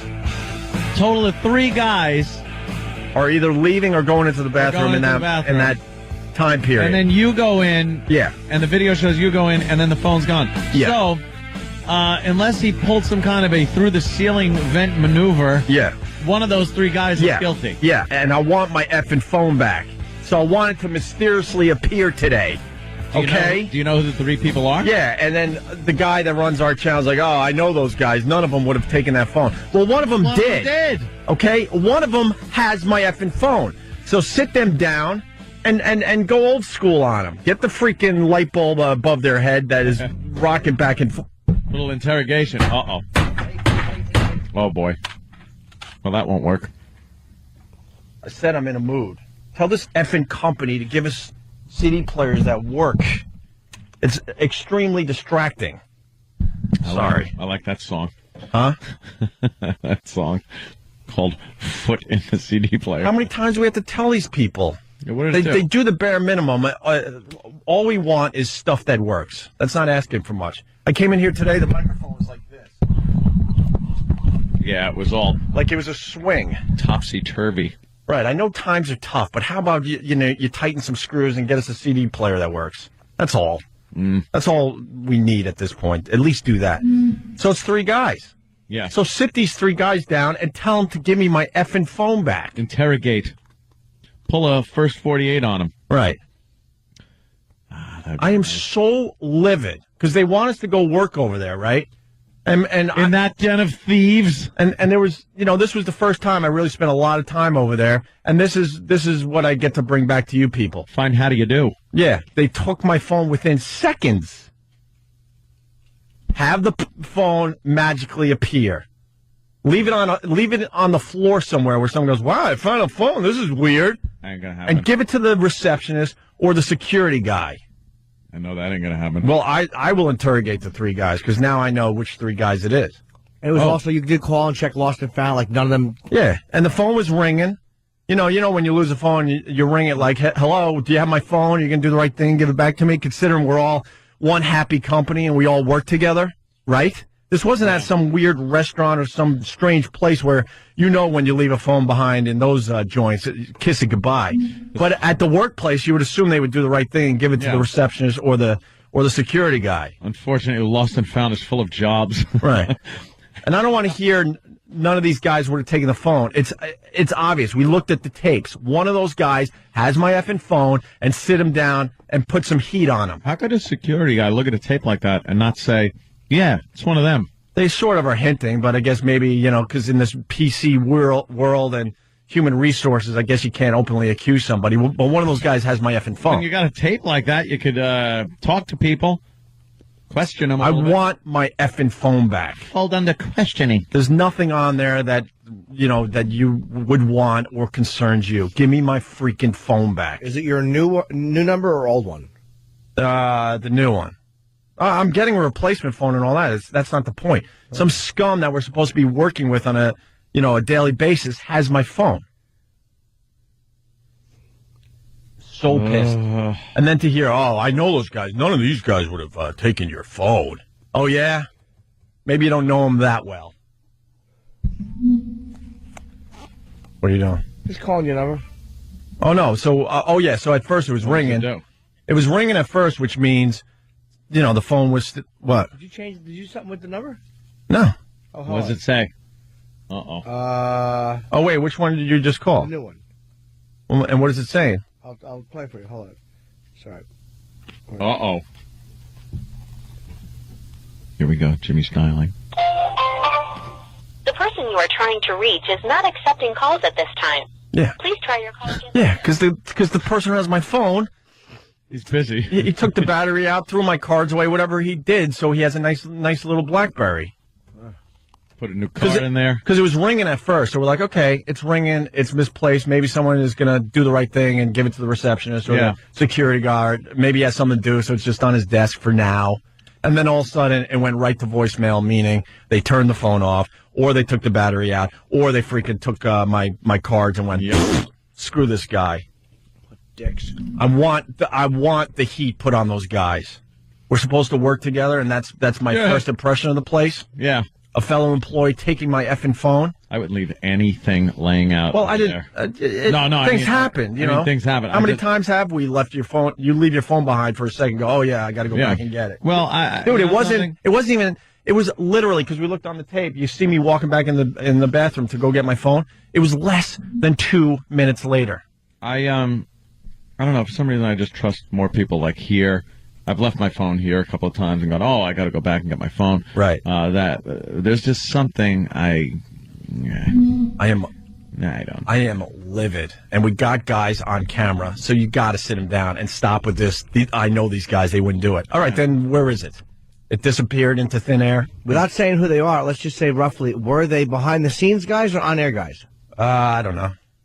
To be honest with you, I don't really know what they do. One of them was Mel. One of them was Scott Greenstein. Let's say hi to Tim in Boston. Tim. How am I supposed to get tweets from Opie if he doesn't have his phone? I wasn't able to tweet all weekend long because of this. Hey, Opie, you replied to me on Twitter. I appreciate it a lot. Fun thing you got going there. No worries. A lot of interactivity going on with the show lately. I'm Opie Radio on Twitter. Ant's doing the Facebook. Jimmy's doing the voicemails and the MySpace and everything else. So we're connected. We're pretty much connected, but... All right, well, you guys have a good day. I hope you get your phone back. Yeah, when I get the replacement phone, then I'll be much more aggressive with my Twitter account. So thank you, Tim. Bye-bye. Opie Radio on Twitter, whatever. But, and then I have to hear none of these guys would have done this. Well, what do you think happened to the phone then? How do you know 100% that you had it right there on the sink? Well, I didn't want to get into details, but I ran to Jim Brewer. And I go, Jim, I got to go to the bathroom because he wanted to show me a studio, whatever. He was getting ready for his show. And so as we're walking into the bathroom, he's like, dude, I tried to call you recently, and it says that your number's no longer available or what have you. I go, what? That's crazy. He actually goes, look, I'll call your phone. This is as we're going in the bathroom. I'm actually now in the bathroom as it rings, and it says Jim Brewer calling on my BlackBerry. I go, I remember it. I look. He could back me up, by the way. So you're getting called right there as you're in the bathroom. No, so I go, Brewer, you're an ass. Look, my phone's ringing. My phone still works. Yeah. You're an idiot. So then I put the phone down. That's the only reason I had it out of my pocket, because he wanted to ring it. And then he's telling me what he's up to. I'm doing my thing. And then we walk out of the bathroom. So you know it was in the Yes! bathroom. Right. Okay. And he could back it up. Wow. And then we walk down the... Brewer took it. I was a little suspicious. Then we're walking down the hall. I'm like, oh, my God, I forgot my phone. So I turn around. You see all this on the video camera. And it's gone. A fellow employee. Bunch of scums. Boy, I know not to do anything there. All these cameras. Oh, they're everywhere. Jesus. They're everywhere. So, losers. How am I going to get that drill into the men's room to fix that little... Yeah, that little... those booths with no holes in them. Right. Got to make friends somehow. Got to see a guy when the Broadway channel walks in. You're going to have to spray paint over that camera for a second while you bring your bracing bit in and twist away. Yeah. Let me say hi to 13-year-old JC. JC, what's up, buddy? Hi.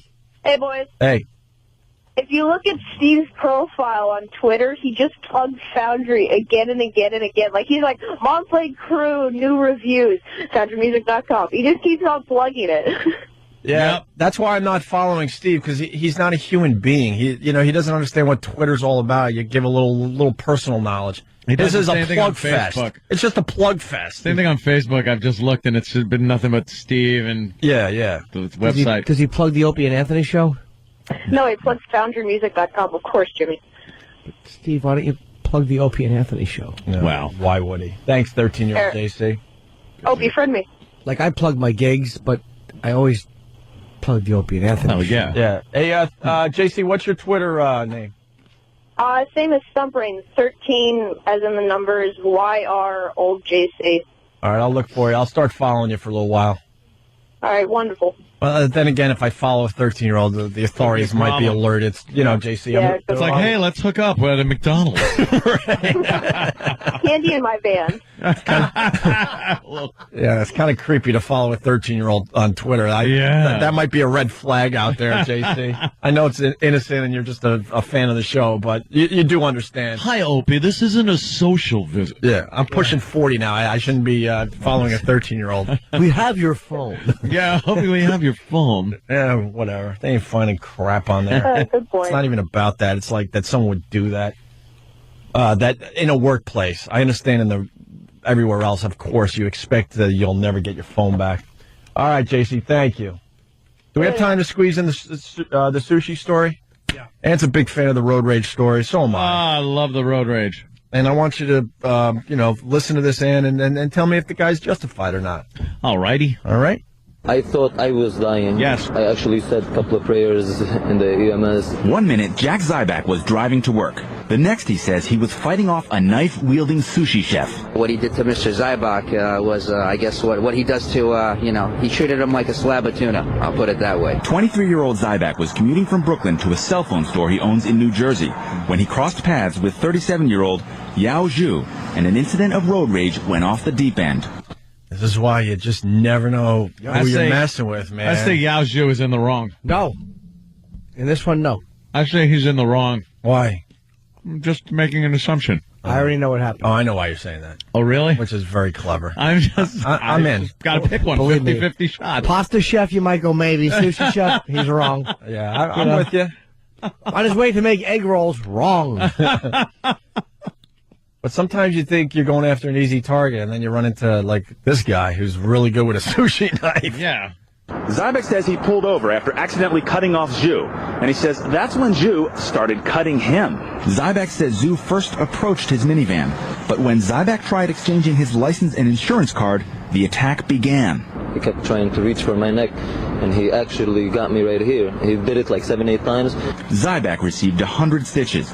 Police have filed assault charges against both men, but Zybeck's lawyer says his client's wounds should convince the court he's the victim. Wow. This could have easily have been a homicide, and actually, in my opinion, should be charged as an attempted murder. Mr. Zhu's lawyer declined to speak on camera, but told CBS 2 News, quote, the truth will come out in time. He would have been a homicide if he hadn't quickly wrapped rice and seaweed around the wound and driven him to the hospital. They blocked up the wound with wasabi. Is horseradish. You're most likely to have come across it as the powerful paste wasabi that's eaten with sushi. With sushi. Sushi. This was a crazy sushi chef. Wow. I accidentally cut him off and then went to trade, like, license and insurance, so he hit him. Yeah. Yeah, probably. So the guy works in the cell phone store, hit the other guy accidentally, pulls over, sushi chef pulls over next to him, starts hacking him. Yeah. That's rough. It sure is. That doesn't sound like something that just happens. Nope. There was probably some, There's something not being told. something going for a couple of miles. You got to think. Maybe they were trading paint all the way down the FDR or something. Done wherever that. the hell they were. Get close to trading some paint. Mm-hmm. See, I don't stop, though. I'm not going to stop. Road rage incidents happen when someone stops lunatics or goes, slows down enough to be right next to anybody to give them time to do anything. Right. I'm just, whoosh. I'm right by him. Bye-bye. I zip away. Bye-bye. That's it. Zip. Gone. That's not nice. Crazy. All right. I wasted too much time on the cell phone thing. I'm sorry, but that's fine. I'm just livid, especially with the. I don't think any of those guys would have taken your phone. Really? No. I'd be mad. Oh, great, too. thanks. It's going to be a lovely working environment over there. How's your new studio, at least? I'm going to feel like veal. Let's just put it that way. Ooh, they feed you a lot. They help you stand tall. I think there's a good. They treat you tender. Bread you? What do they do?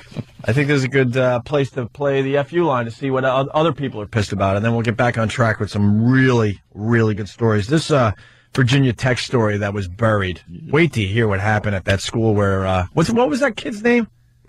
The Asian kid that shot everybody? Yeah. I don't remember. Where he killed 30 some odd students. Good, you don't remember his name. Yeah, because he was That's what looking he for that, wanted. right? Michio Kaku? Oh, no. Oh, Jimmy. He's a genius. But this, Doesn't remember me. this story at the same school. No. Huh? Oh, you saw him? I see him all the time. He's a genius. I said, he doesn't remember me. Oh. I see him, he's like, hi, and he walks by like I'm some... Oh, he should be like, Jim Norton, you were on our radio show. He's nothing. Nothing. Oh. He's too busy trying to figure out the universe, Jimmy. I know. I just want to nod. Just a nod to Jimmy. I don't want him to grab me and spin me in a circle as one would a lover on the beach.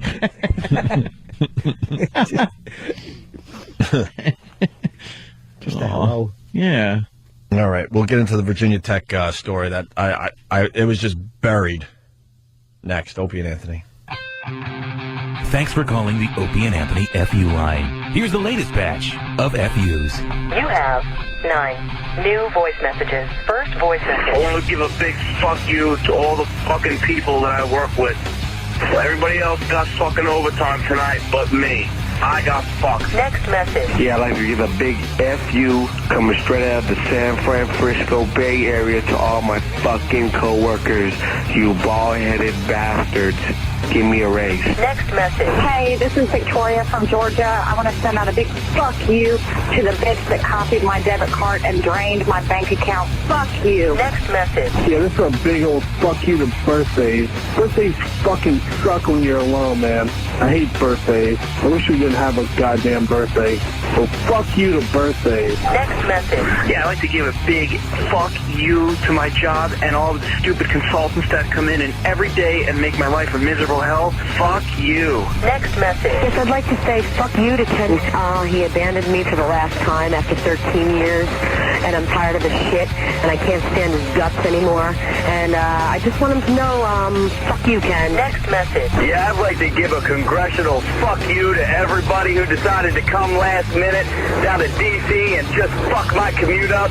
Go find something else to do, assholes. Fuck you. Next message. I want to give a big F you to my ex-husband, John. Thanks a lot for ditching your kid. He's been screwed up since you left. I hope you're happy with your new bitch. Next message. I'd like to give a big F you out to my fucking mom, who decided not to pick me up today. Now I gotta walk 8 miles in the fucking silt, jackass. End of new messages. Call the Opie and Anthony FU line. 866-FU line 1. That's 866-FU line 1. Thank you and goodbye. And Opie and Anthony.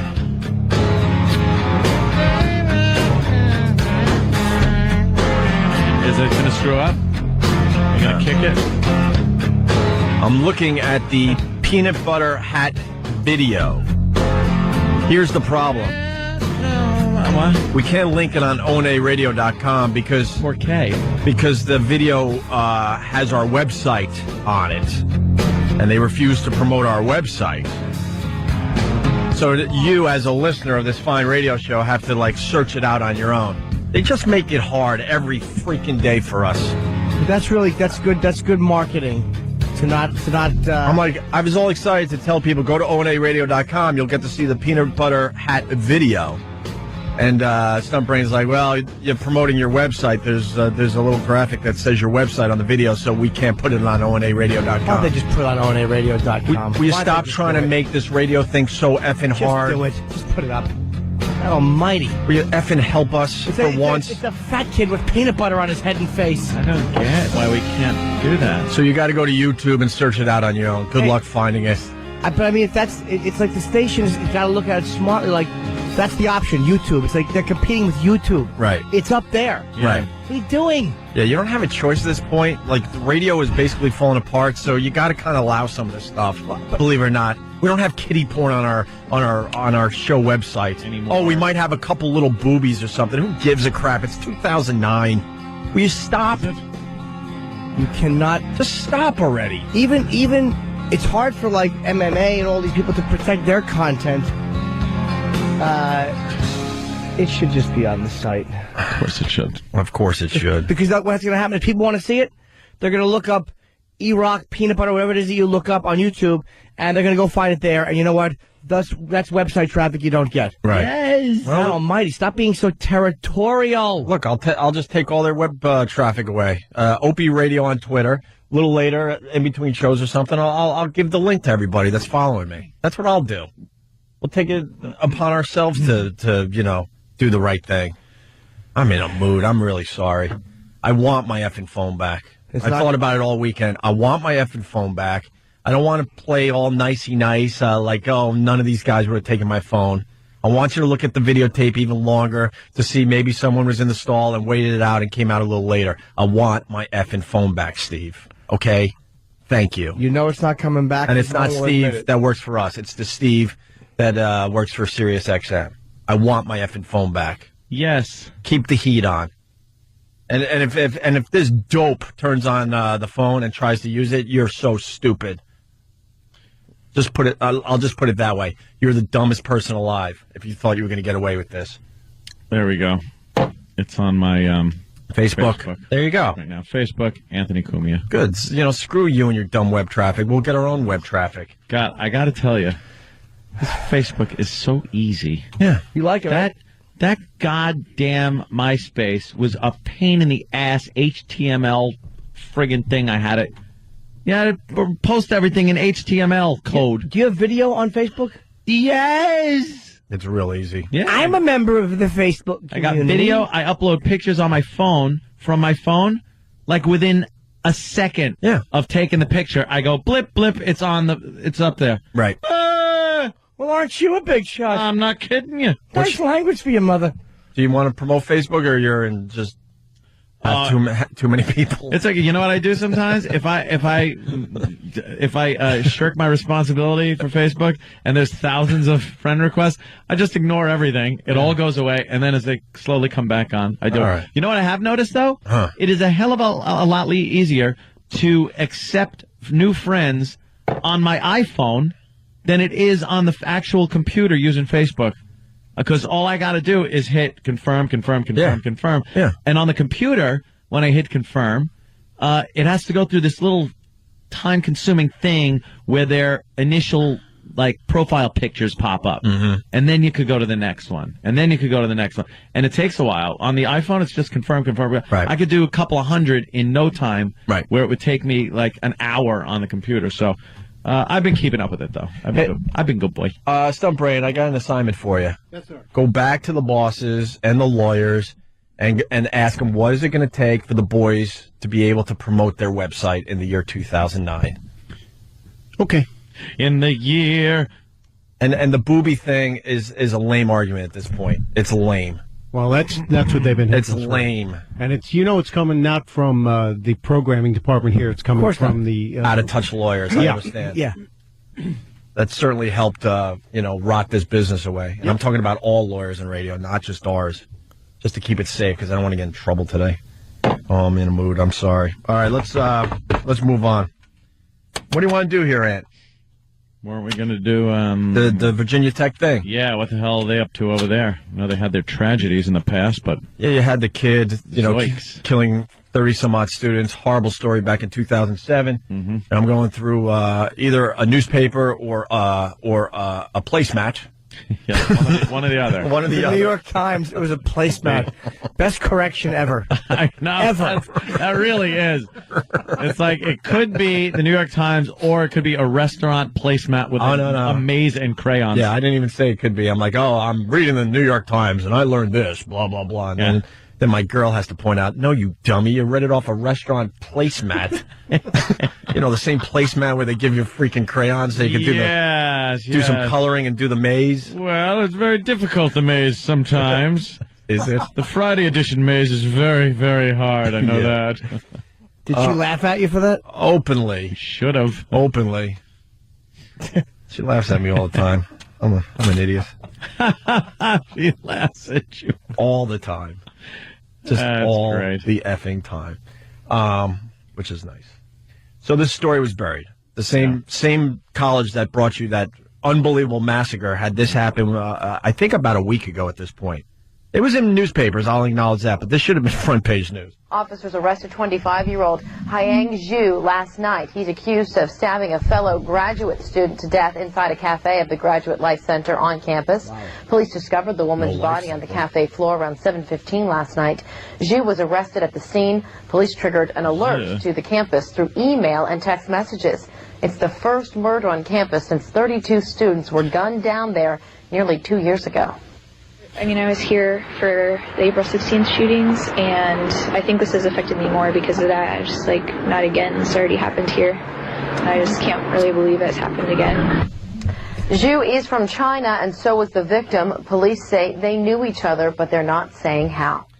Well, what the news failed to tell you in that cute little story, she was decapitated with a kitchen knife. Wow. While having coffee. Did she spill it? That sounds personal. Yeah. That doesn't sound like one of those, They failed to mention that. I'll just do this. They failed to mention that he was sawing through her head, her neck, and decapitated the young woman. Not to speak ill of the dead, but this is a great commercial for Sanka. My doctor says coffee makes me decapitate people. Makes me a tad nervous. I had to go to the nervous hospital, chop the woman's head off at the school. I'm working over to Bill Cox's outfit. Outfit. Like it's a big company corporation. Like it's a conglomerate. It's Bill Cox's outfit. You got a cot in a stupid room. Lawnmowers and whatnot. That's very... Bill Cox's outfit. Cox's outfit. Oh, it's a shack with one dummy that doesn't know a tank's out of gas and another dummy that hacks his mom apart. Stupid fat Bill Cox and his dumb other worthless employee. Ugh, just eating bad food. Got you some magazines and hard candy. Here, I'll lock you in. Hard candy. Hard candy. Who wants hard candy? Oh, ever. Tasty. Potted meat. Never get enough potted meat. It's a little loud. Get enough of that movie. Love it. We have an update on a story we brought you Friday. You missed a great story on Friday, Anthony. We brought you. Yes, I've been getting. I know what story you're going to talk about. I think anyway. I've been getting little inklings and things about this story, but I don't know anything about it. Mm-hmm. People have decided that I would appreciate it. Sean from North Carolina. Virginia Tech needs one of those blank days without a killing signs. Oh, like on construction sites? Yeah. 50 days without an accident? Yeah. It's the drunken Negro face cookie follow-up. I don't know what this is. Well, there's this dope that runs a bakery down in the Village here in New York City. He thought it'd be really funny to have drunken Negro face cookies in honor of Obama becoming our president. But I don't get drunken. What does that have to do with it? Dumb name. Oh, okay. They look like black people, supposedly, but it's just... Yeah. Dan, you got a picture you can bring up? It's terrible. Yeah, it's just... Look at that. Look at the cookie. It's just horrendous. It looks like... That's scary. It looks like a cookie, maybe a 5-year-old would make. You let the kid bake a little bit with you. That's what they would come up with. It looks like those pictures of those deformed children that you find sometimes. It's horrible. Like got gummy eyes and... Like the cleft lip kids that they show you on the subway? Yeah. Ugh. Guy was trying to be outrageous, got caught. Oops. Supposedly he makes outrageous, bakery items from time to time. Oh, is he one of those where you can make the, the penis-shaped cakes and stuff? Oh, more like stuff, yeah, go ahead, stuff. He said nobody complained when he made dead goose bread the week before. What is that? In honor of the... in honor of Flight 1549. Yeah. Oh, he just likes running with the news stories, doesn't he? So... The follow-up, he's getting some death threats, and if he was a radio show, he'd be so fired. So fired. At Lafayette French Pastry, Ted Kefalinos' phone is ringing off the hook. We African Americans, dude. You're making fun of us. Huh? Is he Greek? Yeah. Ted the Greek. Ted the Greek. African Americans, dude. You're making fun of us. Your shop will burn to the ground tonight. Ted is getting death threats now for this cookie that people call racist, hurtful, and ignorant. And the name is what puts this pastry over the top. I call them drunken Negro heads. What's the problem with that? Okay. What's the problem with that? Well, there's a bunch of problems. Yeah, it could be a couple of problems. Yeah. Yeah. Mm-hmm. I call them drunken Negro heads.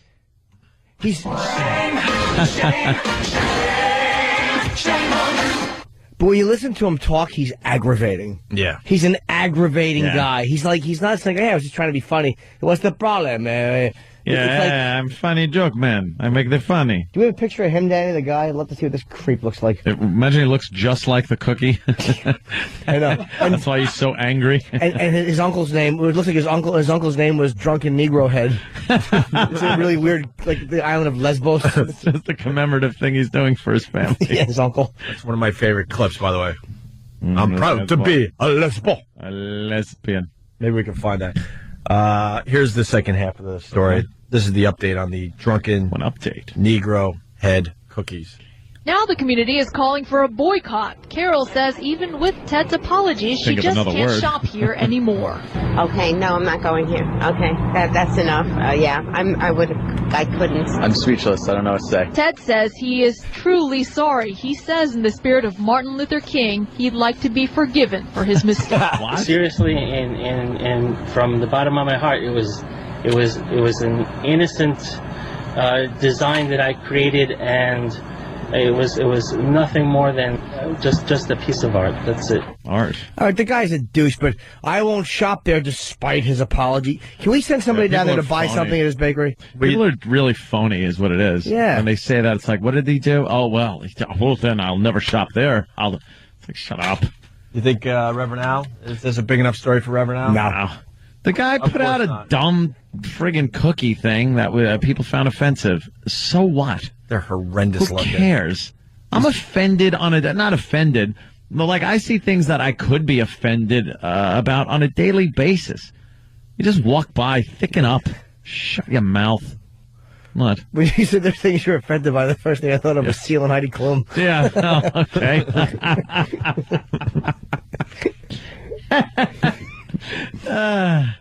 People are just too oversensitive these days, with especially race. I think where it comes in. I don't. You know something. Again, the double standard. If it's the other way around, and there's some kind of anti-white, or even if you delve into the European race, where you got an anti-German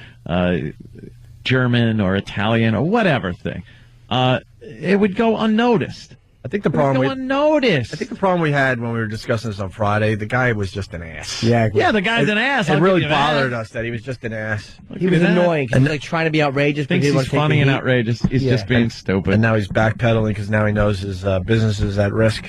But like, why don't you keep making the cookies? You know. Yep. Let's see how brave you really are, buddy. Yep. They did have him on tape saying, they're in honor of our new president. He's following in the same path of Abraham Lincoln. He will get his. Yeah, he did say that. Was it on tape? Yeah, that was in the interview. Oh, yeah, we played that on Friday. No, but I did. His cookies? Did he mean that? Yeah, probably. We didn't. No. That was alleged by a woman. He didn't. We don't have. There's no tape of him saying. Of him actually saying that? He said he meant he's following in the footsteps. There's no tape of him saying he'll get his. That's how it was reported on Friday. A quote on here says, "Would you like some drunken Negro head cookies with your coffee? They're in honor of our new president. He's following the same." Yeah, that's path." the woman who said he said that. He may have. There's no tape of him saying that. All right. Can we get into this? So there's your update there. We'll follow that story because, Yeah. we follow all the big stories here on the Opie and Anthony show. This is making me want my Jew cake. They don't make those, do they? They do. It's a month.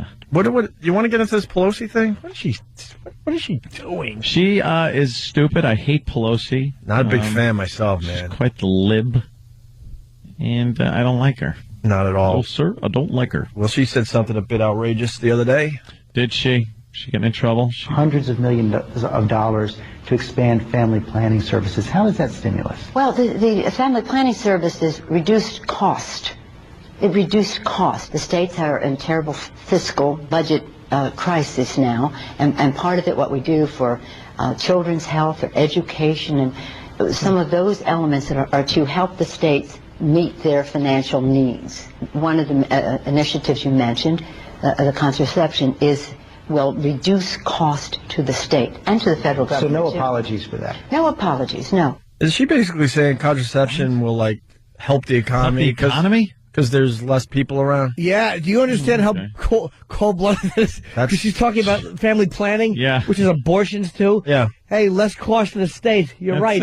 You vacuum it out, we don't pay for it. It's cheaper. She's right. Well, you know something? What are you going to say about that? Contraception? Fine.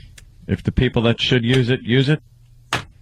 Yeah, responsible families. A lot of these people, they don't have kids because they realize, I can't afford it. I'll put it off. I'll wait. Other people, woohoo, tax deductions and welfare money and whatever else. I got someone in my family. They wanted to have more kids, but they're like, we can't afford it. So we're just not going to have another kid. Yeah, so you don't. And it was a bummer for them because they really wanted to have more kids. Yeah.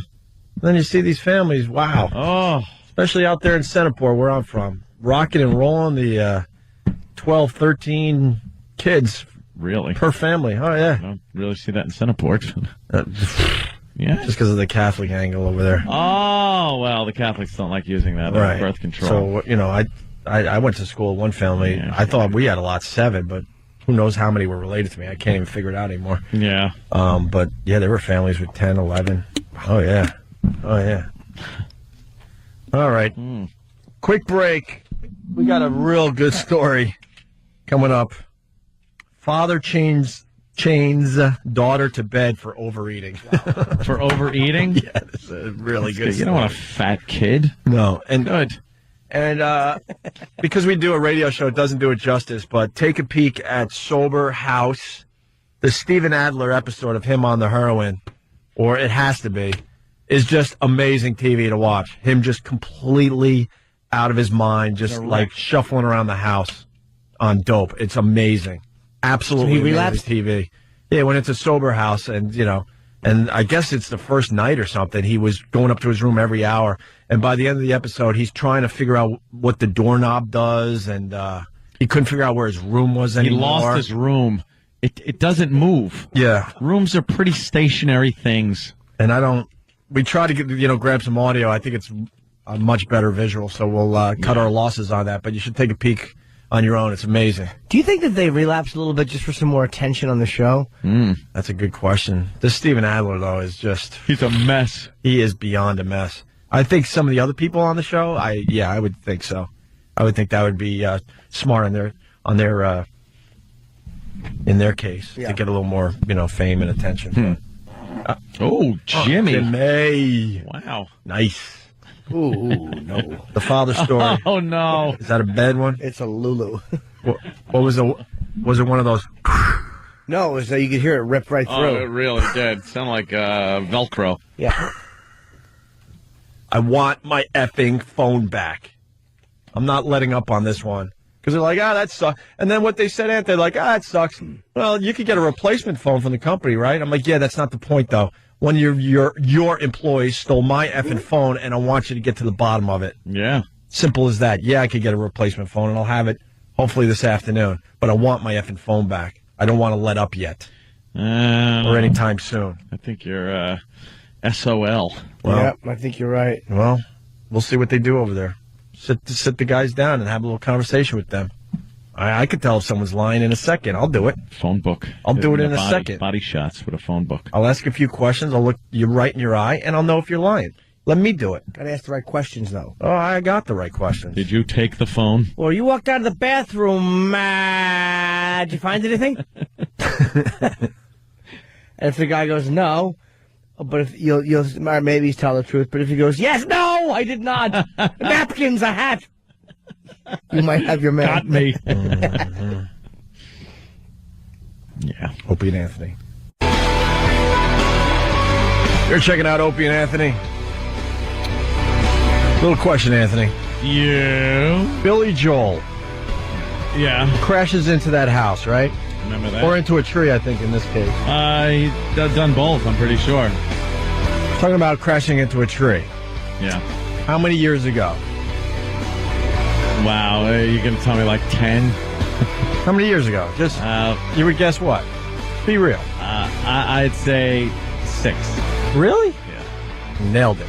Did I? Did you read this? No, I swear. If someone asked me that, I would have said, 2, maybe 3 years ago. Tops.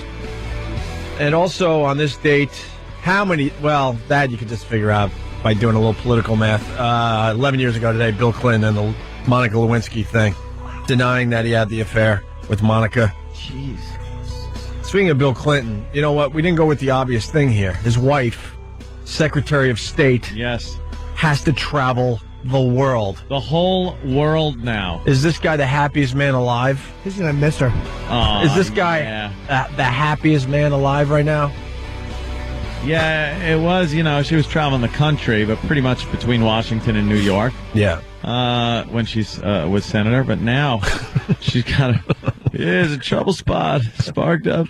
Bill Clinton's just going to make calls to faraway countries and start trouble. Right. Say, why don't you shut up? You know nothing about this. Yeah. I hate the way your trade agreement works, and we're going. I got this information that Israel's going to start bombing you guys. Yeah. I know it. Why don't you get a first strike on him? And then a whole war starts up, and Hillary, I gotta go, Bill. Oh, sorry to hear it. Party's planned already. How psyched is he, really? Oh. He's got to be the happiest man. Hillary comes back, his clothes burning in his fire pit. Yeah. Also, we were talking about Mall Cop earlier. We're kind of in a tough spot. Yeah. and we got to stay true to what we were saying, but your pal and my pal, more your pal because you guys go way back, Adam Ferrara. Adam is in Mall Cop. I didn't even know that. And then it's the number one movie in America for the second week in a row. It's still a movie I have no desire to see whatsoever, but good for Adam, man. That's a good spot for him. Now I got to see it because Adam's in it. And people are saying he does a pretty good job in there. He's got a few really good lines and stuff, but, I'll get a bootleg. But, bootleg. Kevin's a nice guy, too. I like him a lot. He's a nice guy, but he's always been very friendly. But, I mean... Yeah, look at us now. We got to go into kiss-ass mode. No, we don't. Oh, here we go. Never. Please, I don't kiss-ass when he puts me in a movie. Yeah, movie's hysterical, by the way. Yeah. Just want to let you know. Maybe we should see the movie before we trash it. That's true. We are being hypocritical We when do we say that to other people, but... Just see it. When have we ever done that? When have we ever True. not been asses and actually said, let's hold judgment? True. There are some movies you can tell just by the trailer, though. Because it's the Hollywood formula. You just can kind of I hate the Hollywood formula. I don't know. Hate it. You got that clip? We asked for this clip a little while ago, and we got it. Huh? Which one? The lesbo. Yeah. Just real quick. I am proud to be a lesbian. A lesbian. What would you like? Peas, carrots. Too early. I am proud to be a lesbian. Lesbian.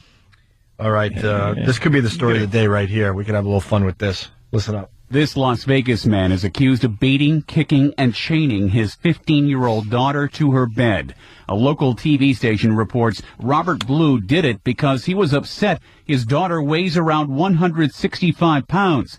Blue report... Oh, boy. Now I got a problem. I thought the kid was... Like 2 bills or something? Yeah, really large. How big is she? Maybe How she's old is short. she? How Yeah, tall? maybe she's 4'8". Yeah, She's around 165 pounds. Blue reportedly wanted her to lose about 25 pounds. The teen is described as a successful athlete, and her trainer is stunned by the abuse allegations. They've accused him of chaining her with like a chain and a padlock to her bed to prevent her from eating. What do you think? Very sad. Very sad. Blue reportedly told police he didn't think he committed a crime and that he was acting in his daughter's best interest. He's being held on charges including child endangerment. Not as fun as I was hoping. I was really hoping it was some kind of, situation there. She's an athlete. Yeah, she's a little overweight, maybe. Maybe a little. Sumo wrestler. Was he feeding her? Or just letting her, starve off the weight for a while? Giving her bathroom facilities? These are the questions that we need answered. Taking care of her, a little padded chain, or one that, she's going to want to chew her own foot off to get out of. They never give you the details. One of these stories you really want to know. Of course. That one fell short of expectations, huh? We were really excited about that one. We should have heard it first. That's all right. We like not. Hey, no. We like going cold on some of these, so you just get the wow effect. Yeah. Also, we're just lazy. 877-212-0-A. You hear about the model? Yeah, I did. That was terrible. Old Stumpy. What happened? I just heard, somebody talking saying, she should be fine. She got a bacteria infection. She's just beyond hot. And to save her, they cut off her Her hands and feet. What's that called? Septic? God. Her system went septic. This is like that woman in Brooklyn. Happened just before the first of the year. She had both hands and feet amputated. What's it mean when you go septic? It's like you get a serious infection in your entire bloodstream. I hate to say it. I didn't care as much for the woman in Brooklyn because she wasn't as good looking as the model. I mean, am I the only one that thinks this way? Human nature. You see the hot model with no hands and feet, you feel a little more sorry for her. Certainly do. Yep. No more watches. But the thing is, when you this girl toe rings. when you go septic, that mother, she went septic. Can you if you go septic, if you stop it beforehand, could they stop something or no? Beforehand, before foot. It depends on how far along the infection's gotten, because it's a pretty virulent problem that they had with her. How do you get a blood infection like that? And what's with the hacking the hands and feet off going to help?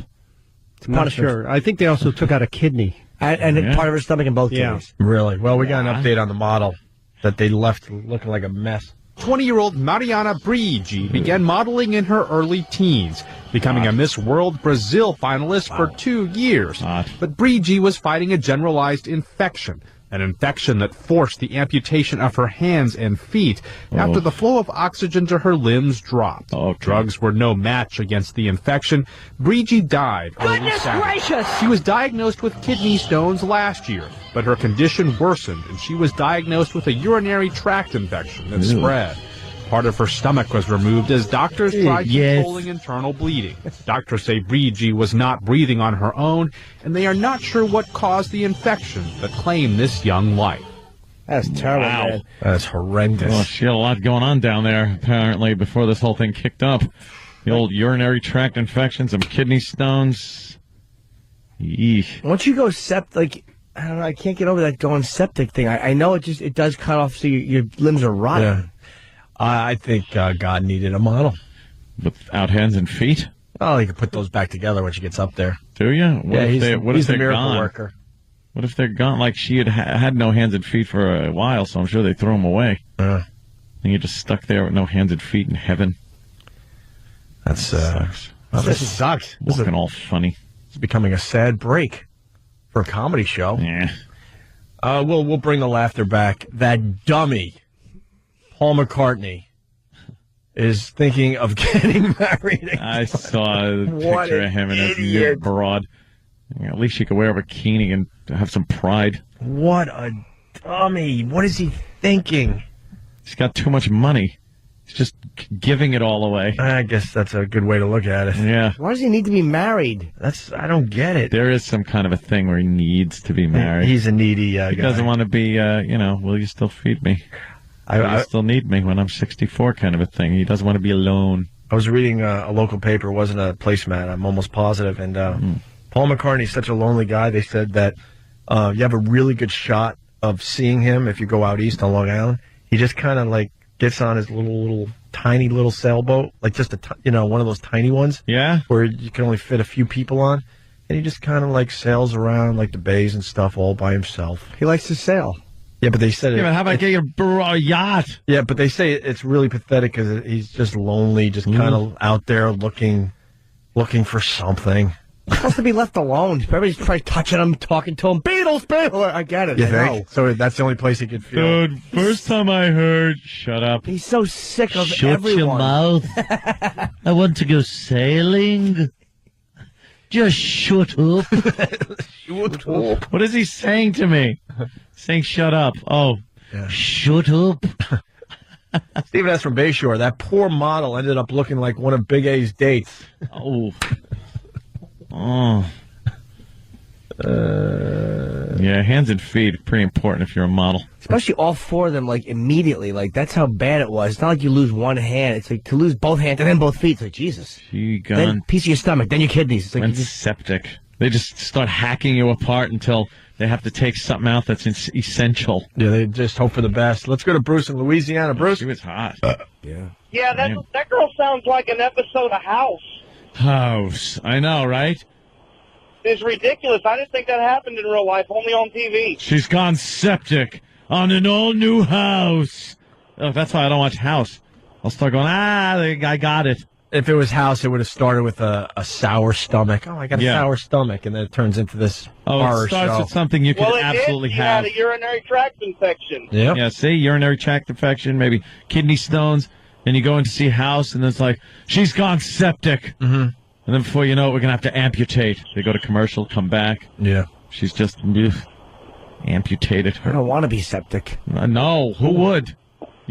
No one wants to be hate septic. that. Yeah, that would really... And then we got an update on the father chaining the daughter thing. Joe in Jersey. Joe? Septic? Hey, guys. Hey. I saw an article the other day about that blue guy who chained his daughter to the bed. Yeah. He originally tried chaining up the refrigerator and the pantry, and because she was such a fat ass, she got around it. And that's when he chained her up to the bed because he wanted her back at fighting weight. because she's some sort of like judo champion or some crap like that. Oh, yeah? Yeah. What's his daughter, Marlon Brando? Bravo. I don't know. I couldn't think of a fat person. That's all right. All right. Can I answer the question? Everybody, it's so annoying. It's like everybody's just arrived with the questions. Yes, February 5th through 8th, I will be here in New York at Caroline's. How many instant feedbacks? Forget about that. 212-757-4100. It's just tiring, right, Jimmy? Yeah, it's this February 5th through 8th. Those freaking shows are going to sell out. Oh, people say like hotcakes. I just hope somebody comes. All right. We're going to do a little, we'll do the mopping up thing next. I have to tinkle. You do? Yes. Get the mop. You do? All right, stay there. Would go through. Dude, I was fuming when stupid friggin' landscaper guy threw me in my pool and destroyed my iPhone. Remember that? I do remember that. And he even had to pay for a new one. Mm-hmm. And I got the new, better one. Danny? Or what about that one night at the Borgata where you thought you lost? Well, you did lose it. I lost my iPhone. You lost your mind as well as that phone. I was going crazy. Yeah. It was bad enough I, lost, but then losing my phone. Yeah. Oh, it was horrible. Losing your phone now is you're losing a part of you. I was a mental patient this weekend, but it made me like watch movies and go outside. And what? I was doing stuff like that's insanity. I went old school and I actually was doing stuff and I actually picked up the phone and started calling people, which was weird. Yeah. I want to do that. Try to go without your phone for 24 hours. No. It's almost impossible. Can't. It's almost impossible. I've grown so used to just going, what's the weather? And then just bam. Yeah. One button, boom, you got the weather. Yeah. What's going on in the market? I need to know stock market thing. Bam. Like just stuff like that, beyond phone and texting. Yeah.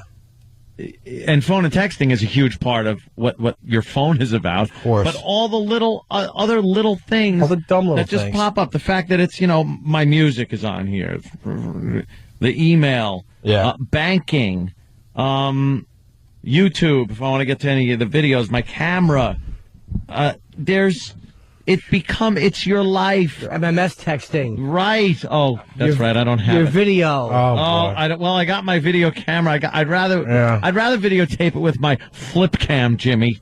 Those flip cams taking over. So I went back to my Pebble, which you see here. Wow, you're going retro. And I remember when I first brought this in to everybody, look at my new phone, and people actually went, ooh, ah.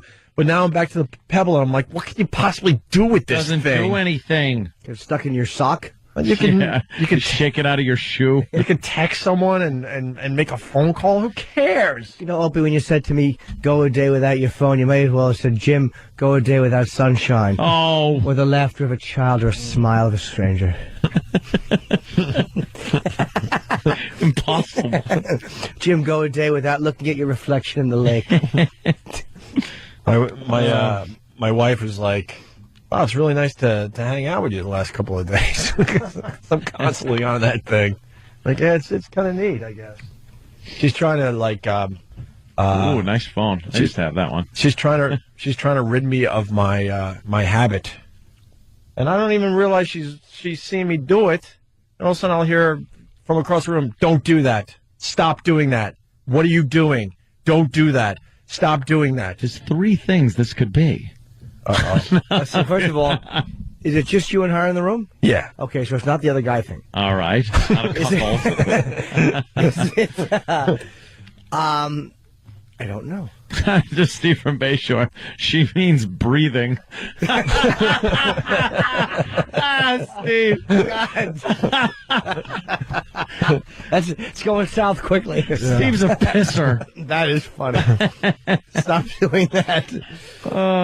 I told her, I go, I know what you're up to. There's an age difference, obviously. I'm like, I get a little older, and you're going to have the run of the place. You're going to just abuse me constantly. What is she trying? Is it Tiger Woods golf that she's screaming at you about? Nah, she's cool when it comes to video games and all that. She's actually cool with how I'm on my phone a lot. What is she screaming at you for? It's either blasting ones in the room. I already told her there's no way that's stopping because I can't help myself. I got a sour stomach. All right, see, that's what I thought first. I think I might be lactose intolerant. I think I got it figured out. I might have to go to the soy. When you told the little story about how you had stunk the entire apartment up, and she walked in the house unexpectedly, in the room and just went like, "Oh my God!" He gassed up the entire place, and her really nice blanket she got for Christmas. So I thought that I think she threw out. Then it's got to be digging. Yeah. All right. So that was second place. She has had it. Has she had it? She's had it. Oh, Jesus. She gave me some leeway. I can't keep my effing fingers out of my nose, and I think it's an allergy thing or something, because it just is constantly dry. You gotta get you a shock collar and just hit the button like a dog. But then I'm thinking I'm like getting away with it, and she's not even looking at me. Stop that. Stop doing that. Don't do vision. that. Sees the corner of your eye, sees the hand go up. Yeah, I guess. Wow. But is there some kind of product where you could keep your nose moist or something so I could keep my fingers out of there? I will. Tissue. I'm not even. I'm actually instead of going for the joke, I need some advice. I'll tell you what I use. Only because I've had dry sinuses since my surgery. Look, right now I'm going like this, like I'm a coke addict or something. What happened is it's not even about the inside of the nose. It's more the addiction. It's like smoking in that it wasn't just the nicotine I was hooked on. It was the motion of the hand. It became this comfort thing. Right. So it's a lot of times it's just you have to, in any type of an addiction that is so 50 times a day, just don't do it. Just get used to a victory of I didn't do it for a half hour. I didn't do it for an hour. It sounds corny. Right. But then all of a sudden you're like, oh my God, I was on the computer for 3 hours and I didn't do that. Just be aware of the hands to the face thing. It's killing me. But right there's now. something to it though. It's some, I don't know what psychological need it's just an addiction. It's sound advice, Jimmy, but you need something a little more extreme. I say funnel. One of those doggy, put a big doggy funnel over your head. Well, how about you go septic? But I would say just be really aware of it and just be aware that when your hands are going to your face, just say that this is serving some kind of a need. What is it? It will eventually break. But when I go with the blowing out of the nose, it's quite impressive every single morning. But you know that there's stuff going on. Oh, yeah. Me too. Constantly. Me too. Every morning, you know, it's just like a friggin' mess. I clear out the whole inner wall. That's it. But it's not about it being You get a nice clearing out of the whole inner wall where you're like, wow, how is that in there? I take the tissue and I kind of crumble it up and then make the old auger motion. Yeah. And, once I'm clean in the morning, unless I have a cold, I'm good for the whole day. How about this? It's not just about the nose, because I have horrendous sinuses. It is simply an addiction. Like, it's like scratching your eye, or it's like anything like that, where it's a hand-to-face thing. Sometimes it's just a habit that has to be broken, and it's just like, it's a Jones. It's an irrational Jones. Like, I gotta do it. It's like, but why? There's nothing there. Get saline. If you want your nose, get saline to blast I up your hear nose. what you're saying, Jimmy, but there's always something there. Trust me. It's mental. I'm telling you. Always something there. 90% of the time it's probably mental. I live with bad It sinuses. probably goes back to my dad having hankies. Hanky. You never wanted to use the hanky. Nope. Your nose is running. Here, wipe it. And then your father would hand you like a hanky. My father had hankies, too. Like, I don't want, that's called a dried mucus rag. When my dad died, it was a nice gesture. I think it was, I'm trying to remember which brother, but he wanted to hand out my dad's hankies to the boys. I'm like, oh, no. Look, I miss my dad horribly, but I don't need one of his hankies that he used. People who chew their nails. Are their nails always long and they need to be chewed? I used to be a nail chewer. I haven't chewed mine. I can't even tell you the last time. But I'm saying that there's no rational reason why they do it. It just becomes this nervous habit addiction. I can't even tell you. Same thing with that. How did she tell you? Like, what did she say to you? Like who? Your wife. What did she say about that? She just like, hey, look. No, she just like she's had it. But her best friend does it too. So her best friend eats all of them. I don't eat all of them. Oh, Jesus. You're crazy if you eat all of them. You got to choose which ones you're going to eat. No, you got to not at all. Why? Yeah. No. You've never eaten a booger. I can honestly I'm not going to tell sit you. here and make believe that people aren't eating boogers out there. I could honestly tell you with every bit of honesty that I would swear on any loved member of my family. If we brought God in here, he'd go, well, there was that one time you probably didn't realize, but you did. Never, ever did I. How about you're 6 or 7 years old? No. I've never eaten any snot product. Let's play. I can't even fathom it. I am so grossed out by snot. Tomorrow, let's play. Yeah. Would you eat that? It's a very simple game that I just popped into my head. Off. No, this is what we're going to do. Everyone blows their nose in the morning. I want the staff to blow their nose. I'm not going to eat your boogers, so don't get all grossed out there.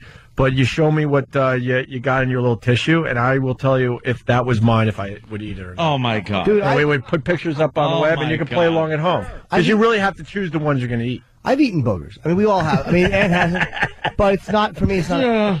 It's not, for me, it's not a thing. Yeah. But you see, now I'm watching you do it. It's like, I know what it's like. Believe me, I'm Nick Nervous, and I'm Harry Habit. I can't stop. I blink left rapidly. But I'm the same way. I'm not. I don't want to hear Jimmy's therapy crap over the nose thing today. You don't have to, but it's the truth. No, it's not. It's just that my nose constantly has boogers in it, and I'm pulling them out. Okay. But I'm trying to blow out my nose. It's losing it. Jimmy's trying to get a deeper meaning, and I'm just trying to stop. But if you don't look at it for what it is, as a habit, it's like if you blast saline up your nose, because that will clear it a little bit and make it a little bit moist. I did a little lotion, and that seems to help. Yeah, But it's the addiction of hand to face. I'm telling you, I don't know what the psychological reason is, but it is an addiction. Rather do A to mouth. Oh, me too. Please. Or A to V. They hate that one. There's not much bacteria. Well, that sounds like a you problem. Shut up, septic. All right, we got to get the hell out of here. Heck. So. The heck out of here, yeah. I will be discussing nose picking further with all my followers on Twitter. Opie Radio on Twitter. Ant's got his Facebook that he kind of accepts new friends from time to time. Oh, I've been pretty good with it. What's your name for the peeps out there? Anthony Cumia. C-U-M-I-A. Very easy. All right. I think it's Music Are you on Twitter or Booger? I should start Booger. Booger. The competition to Twitter. All right. Music Marathon time. What's the first song there, Danny? Ooh. We have Van Halen with Panama. Oh. Eddie's birthday. Oh, for Eddie's birthday. God, that freaking Mark Chernoff is a smart man. He's been in the business 30 years. I see why now. Eddie Van Halen is 54 years old today, so the Music Marathon will start with some VH. Nice. And we'll see tomorrow. I want my effing phone back. Do you want us to... Don't drop it, Steve. Put the pressure on. Look at the videotapes. Bruce, you're a good guy. Bruce, the security guard over there, man. He's taking it seriously. Yeah? I want people questioned. I'm going to raise holy hell over this phone. This is just not right. Nice. Especially in the workplace. At a bar, a restaurant, I get it. Trust me. A gym, whatever. Workplace, that should not happen. Especially that we got guys on video leaving the bathroom. Absolutely. I don't want this dropped. Music Marathon time. We'll see you guys tomorrow. Right.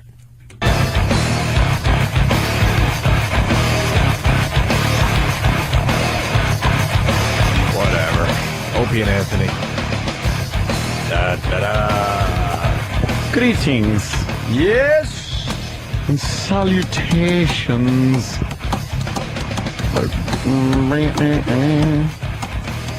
Get my volume right. There we go. La la la la. Check. Very good.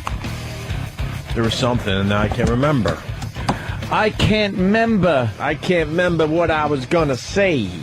Shit. Besides, we're spring, summer, something. We got tired of this shit. We got a real winter for once. Tired of this shit. Sucks when you get the real winter. We haven't had one in a while, though. I'm not a fan, man. It's gonna be cold for the next 3 days in New York. I can't fucking stand cold weather. I like it. I really can't. Makes you appreciate. 45 or 50. Yes, I agree with you. We had 40 the other day. But this is fucking miserable weather. One of the funniest lines in planes, trains, and automobiles. How cold do you think it is? 1. 1. That's what. The gentleman that invented the heated steering wheel can come by for his blow job that I am perfectly willing to give him. That was me. Who invented the heated steering wheel? Because Jimmy, come here, little feller. That is probably one of the best things ever in a car. Really? Because when it's cold, it sucks. You're driving with your fucking wrists. You like can't put your hands on there. Gloves don't help. You get a little glove action. Gloves do not fucking help. Gloves will only keep your hands warm if you're in a warm place. Gloves get as cold as the outside is. Mm-hmm. Gloves are stupid. How about heated seats, though? I get that works too. The heated seats, the heated steering wheel, turn the fucking heat up. I remember when my heated seats worked. That's a good 2 years back ago. in the old days. Yeah. When your heated seats worked. Remember when I said I need to get a new car immediately? Yes. Well, I still haven't gotten the new car. Haven't done that? And we had to drive out to FH and back on Saturday, I guess. You still have that same truck? Yeah. What are you doing? Oh, he's a madman. Now my girl brings a blankie into the car to keep warm. Dude, I went to Mercedes to look because someone I know hooked me up with a guy there. They were honestly, I'm not stumping for them, but they were fucking amazing. Yeah. They show. I don't know if I'm going to get one because I'm scared of rear wheel drive, so I may have to get a little bit of a truck. Yeah. Just go. Go look at one. I'm testing my girl. I want to make sure she truly loves me before we get the new car. Wow. I want to see what she'll put up with. The hell are you waiting for? Get rid of that hunk of shit. We're going out to FH, and I go, what are you doing? She goes, oh, I'm getting a blanket. You know, because my side of the car is cold. She should not have to get a blanket in a vehicle like you're in a covered wagon. I go, well, you drive. You'll be nice and toasty, because that side of the car is nice and toasty. She don't want to drive. How she just wants to be romantic warm. is that? You drive and you'll be. I'll freeze. How about this?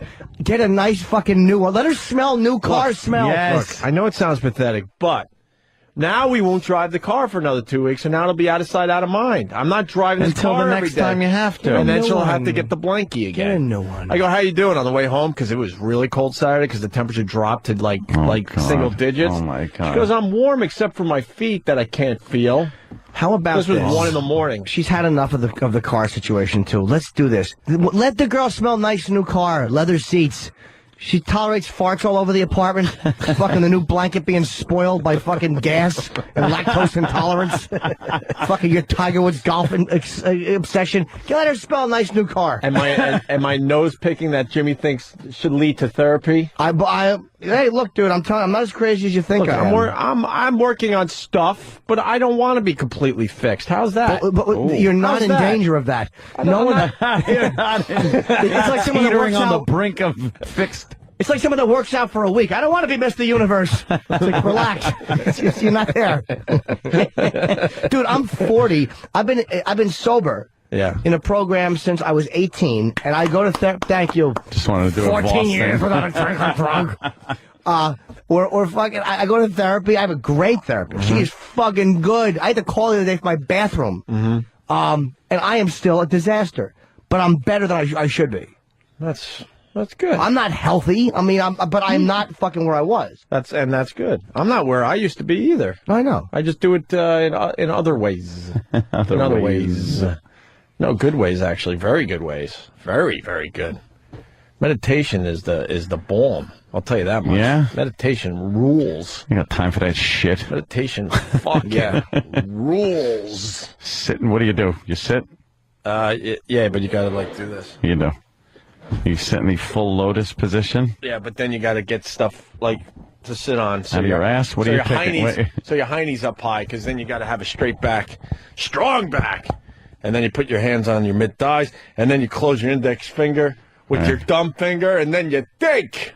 What do you think? No, I don't want to think. You're supposed to just kind of be one with the universe and see the light. Holy shit! And then concentrate on your breathing, and man, it makes you feel much better. Can't.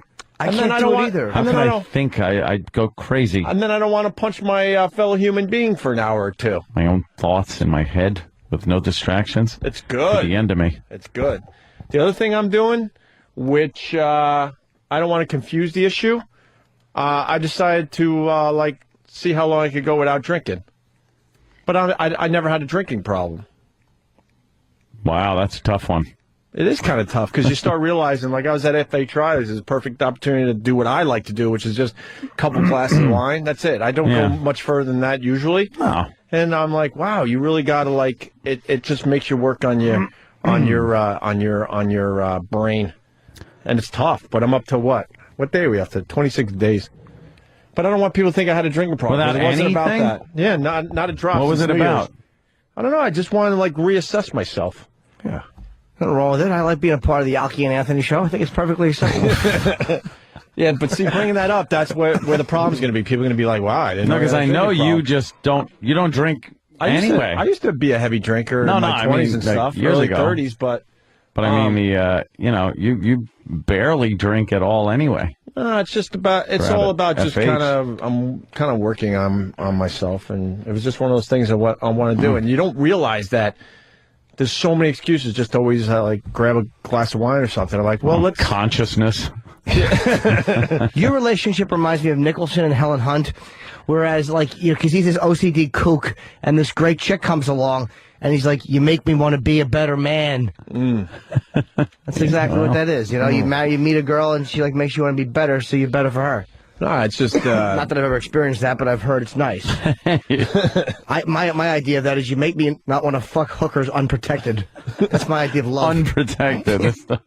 Make me want to use a condom with the hookers. They're saying that, good news for me, Oscar in Indiana, the problem I'm having with the Jeep, with the heat, was a recall problem with the Jeep, and if I bring it in, they'll fix it. Get a new vehicle. How old's your Jeep? There's probably a recall in '88. I bought it. You ready for this? And this is the Gaza's truth. This is how pathetic I am. My Jeep, I bought just before 9/11.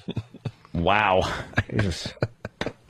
Yeah. When we signed the first real deal, I bought that. I wrote a little check. Was it there on 9/11 too? Because it looks like some of the vehicles you saw. I wrote a little check, wrote it right on the hood, and said, "Here you go. Yeah. Off with you." And that was it. I don't know. Yeah, it's time to write another check. I have no problem. I just got to get out to the dealership. It's not. I really want a new car. Get a Benz, man. I ain't getting no effing Benz. Why not? The Benzo. Let's say hi to Footer. Footer.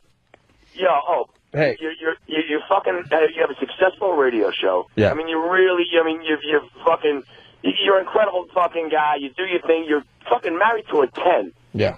Buy a new fucking car. I know. Well, so pissed already. That's sort of.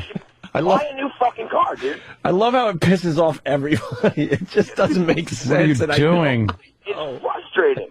It's frustrating. Yeah, thank you, sir. And these assholes. By the way, a lot of people writing from my BlackBerry today. I want to acknowledge that. All the instant feedback, and then they write from Opie's BlackBerry. Opie's BlackBerry? Fuck you. Scumbags. That's funny, though. G-Man from Charlotte. Opie, I'm 23 days sober after drinking hard for 5 years. And then he writes, you have the crazy withdrawals, too? And then he goes, maybe that's why you're picking your boogers. Oh, shit. Yeah, I'll get a new car.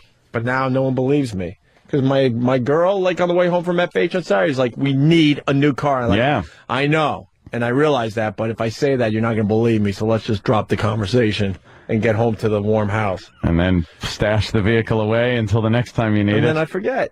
Yeah. I won't be driving for... The next time I possibly would drive would be the weekend.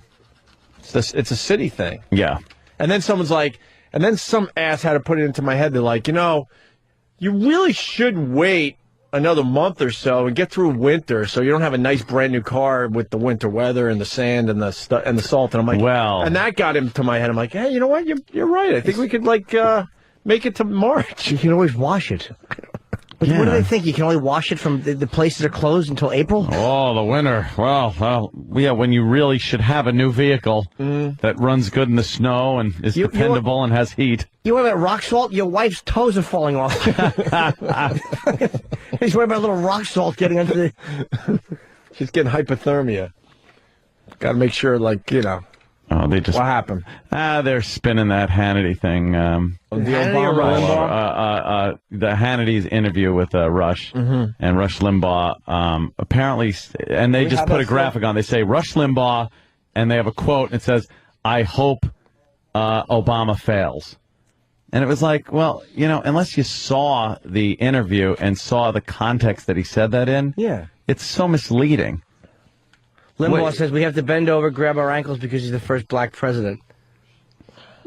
I'm doing Hannity tonight, by the way. Are you? Yeah. For real? 26th, yeah. For real. Why didn't you tell anybody? That's huge. Forgot. What are you going to talk about? I don't know. I also don't know. Probably going to talk about politics. Dude, that's huge. Yeah, cool. Yeah. Very happy. And Red Eye tomorrow, I think. It's all about Fox. Screw Red Eye. Freaking Hannity's prime time. We gotta get Greg back in. Screw Greg and his Red Eye. Greg. Now that Hannity wants you, you don't need Greg anymore. I'd step over Greg's dead body to shake Sean's hand. No more Combs. Yeah, what Rush was saying was, if you look at Obama's platform and what he wants to do in this country, if he succeeded in doing all of that, it would turn this country into a place that wasn't what Rush sees America as and America built on. It would be a lot of socialist programs, things like that. So he said, in that respect, I don't want my country turned into a country that America is not supposed to be based on. So I hope those programs fail. And then they say, Rush says hopes Obama fails, because that's the soundbite that you want to get. It's so misleading. Fucking press. Ugh. I love the press. I agree with that, by the way. I have no problem with agreeing with that. I think Limbaugh says a bunch of stupid shit. He's a hardliner that won't ever fucking deviate from the right. But in that instance, they're really making it look silly. Like he just said, yeah, I hope he fails. Because why? He's a Democrat, because he's a liberal. See, there it is again. They just have a quote, I hope Obama fails. Is that O'Reilly being interviewed on MSNBC?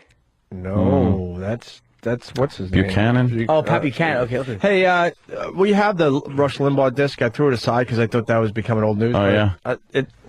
It'll be in our bin. Yeah, it's starting to get some. It's got legs. I mean, the press is starting to pick up on it. But it's perfect for Limbaugh's show to have Obama in office. Oh, I know. His ratings are going to be massive. But who cares that he said that? He's a talk show host. He's allowed to say that, you fucking faggot Americans. There you go. Holy shit, you fucking pussies. He's allowed to say that. Yeah. Isn't that ridiculous? What a nation of fucking assholes we are. And they make it like, and they do bend over backwards because he's, the first black president. Someone wants to argue about Obama with you, Ant. Rick in Sarasota. Rick, hello? Why do you say half? Just to irritate people out there? No, because he is. He's half, and he was raised completely by a white family, so. Rick. I'm sorry. I'm calling from the South, where you would think that I would be a good, flag-waving fucking Republican, but I feel that Obama is going to be a good thing for this nation because we need those social programs that you and your Republicans think are going to bring this country to its fucking knees. Yeah. For the last 8 years, our president has done nothing to bring money back into our country. He's taken it and shipped it overseas and done nothing but bring us to a world power and not a world leader. Yeah. So how good does that do for us? All right.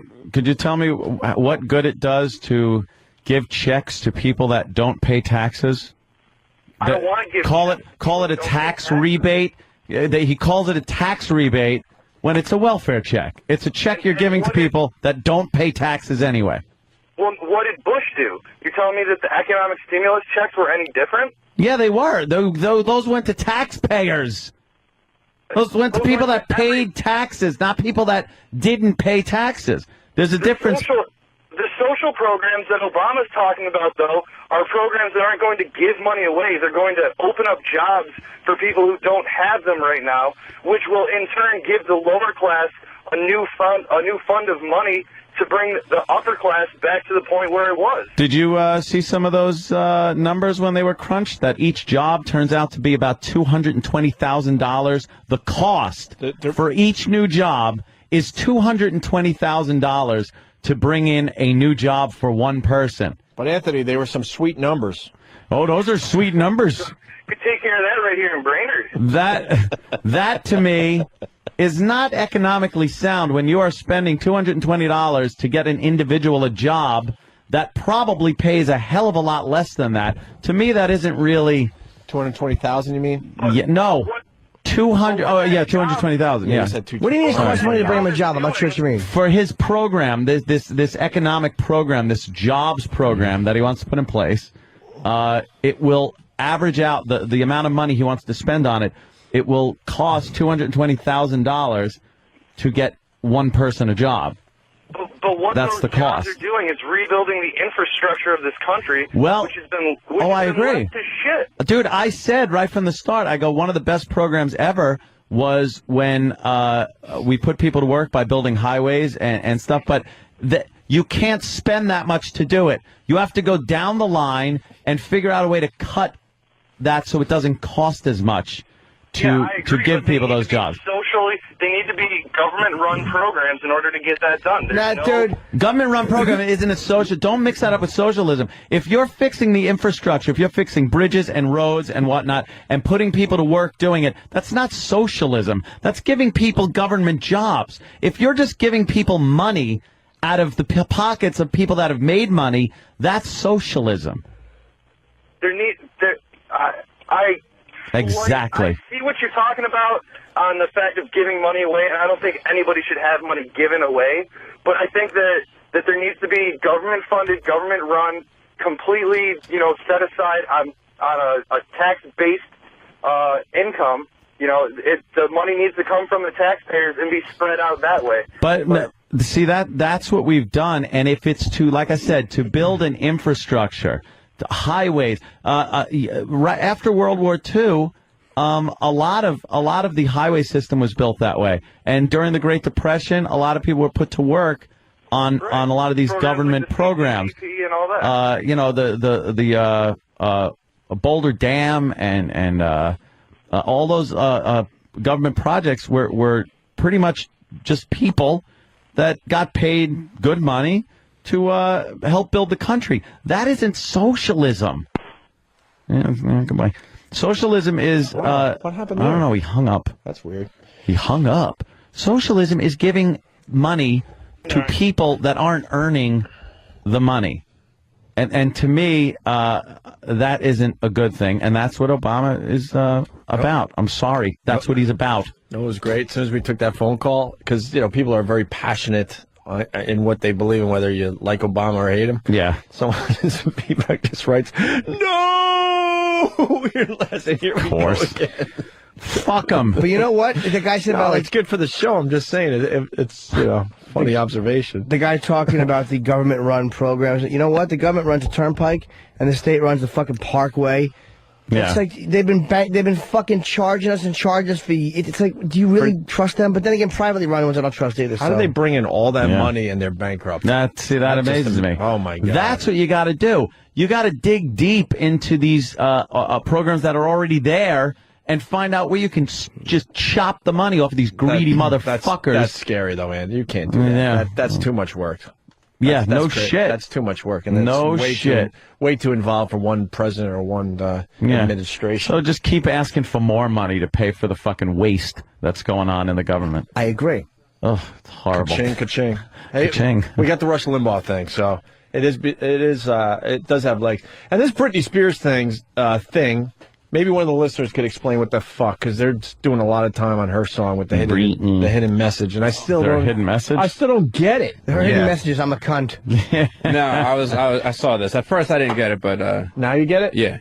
When you hear the song, really? Well, the name of the song is "If You Seek Amy." Right. And if you slow it down and kind of say if you seek me. Right. If you seek Amy. If you seek. That's like if you see K. If you see K, tell her I'm looking for her. It's a fucking third grade joke. Well, say it again. If you seek Amy. F-U-C-K me. Fuck me. Ooh, she spelled out the F word. Who gives a shit? Well, she's brilliant because that's all they're talking about on the fucking news today. Is it? F-U-C-K? Putting more money in her, what is it called? Coffer? Yeah, lining her pockets. I hate when they say that. putting more money in her coffer. She's getting us all by the purse strings. Here's Rush Limbaugh and Limbaugh. What he had to say. And that's how grown-ups and professionals object to political developments. They follow civilized rules, they use civilized language, spoken in measured tones when possible. So what's Rush Limbaugh got to do with this? Rush Limbaugh said on his radio program yesterday that he hopes Barack Obama fails. He said that. He said that on Inauguration Day. Not out of context. No, he said it. Quote, I hope he fails. So I like Obama, but that doesn't bother me. You should be able to say that fucking crap in America. That had to be someone from CNN. You were MSNBC, one of those fucking... No, it's CNN. CNN is one of the most liberal news sites I've ever seen in my life. Fucking baby liberals. It really is ridiculously liberal. Why are they not fucking complaining about everything Sharpton says? And he's a guy who's actually in the part, you fucking inconsistent, dumb fucking lefties. You understand? That's why it's so hard to like you. Yeah. Rush Limbaugh and Coulter. He should be able to say whatever the hell he wants about the president. Rush is a talk show host. He can say whatever he wants. You can call him an asshole, whatever you fucking want. But then there's people that have, calls to have him removed. Oh, this is awful. Death threats. I'm just mad that they haven't picked up on the fact that you said the exact same thing. Jesus way before Christ. Rush. Come on. Help us out over here. Here's the 100-point thing. Oh, look at these girls. They're doing a huge story on it. Maybe we could get some audio of this. I want to see how lame this team is that they couldn't score 1 point. This must be the team that lost, right? It's got to be the team that lost because they're too cute. Yeah, they're you see them chewing their toenails sitting in the corner? They're all blonde, blue-eyed. Prince Harry. Cares. Girlfriend called it quits. I heard she put it up on Facebook. She really did. She probably wanted the guy who didn't have fucking rosy red rosacea cheeks. Wait, she said that's a hard breakup. Who said see it? She did. Wow. She said his military schedule was getting in the way of their love life or their life she or must whatever. have a pussy made of silk. She must have to be brave enough to be doing that. And you're lined up for some pretty good cake. If you hook up with him. Cake. Yeah. I thought she was lining up for some cock. Some cock. Some cock. You want some cock? If you leave the prince of a country because his military schedule is too much, your pussy should get caught in a wood chipper. I'm so glad you said schedule. Schedule. That's how they say it. That's when you know you're talking to a Brit. Speak English. They try to speak like we do until they have to say schedule. Schedule. I have to check my schedule. Let me check the schedule. That's probably actually right, though. Who gives a crap? Not in America, it's not right. Fuck that. We say schedule. Them and their stupid English. Yeah, you're right. Fuck them. Their language sucks. Ours is great. So Rush says, I hope Obama fails. This anchor is going to really infuriate a lot of people. Who is this guy? I know him. Faggerty?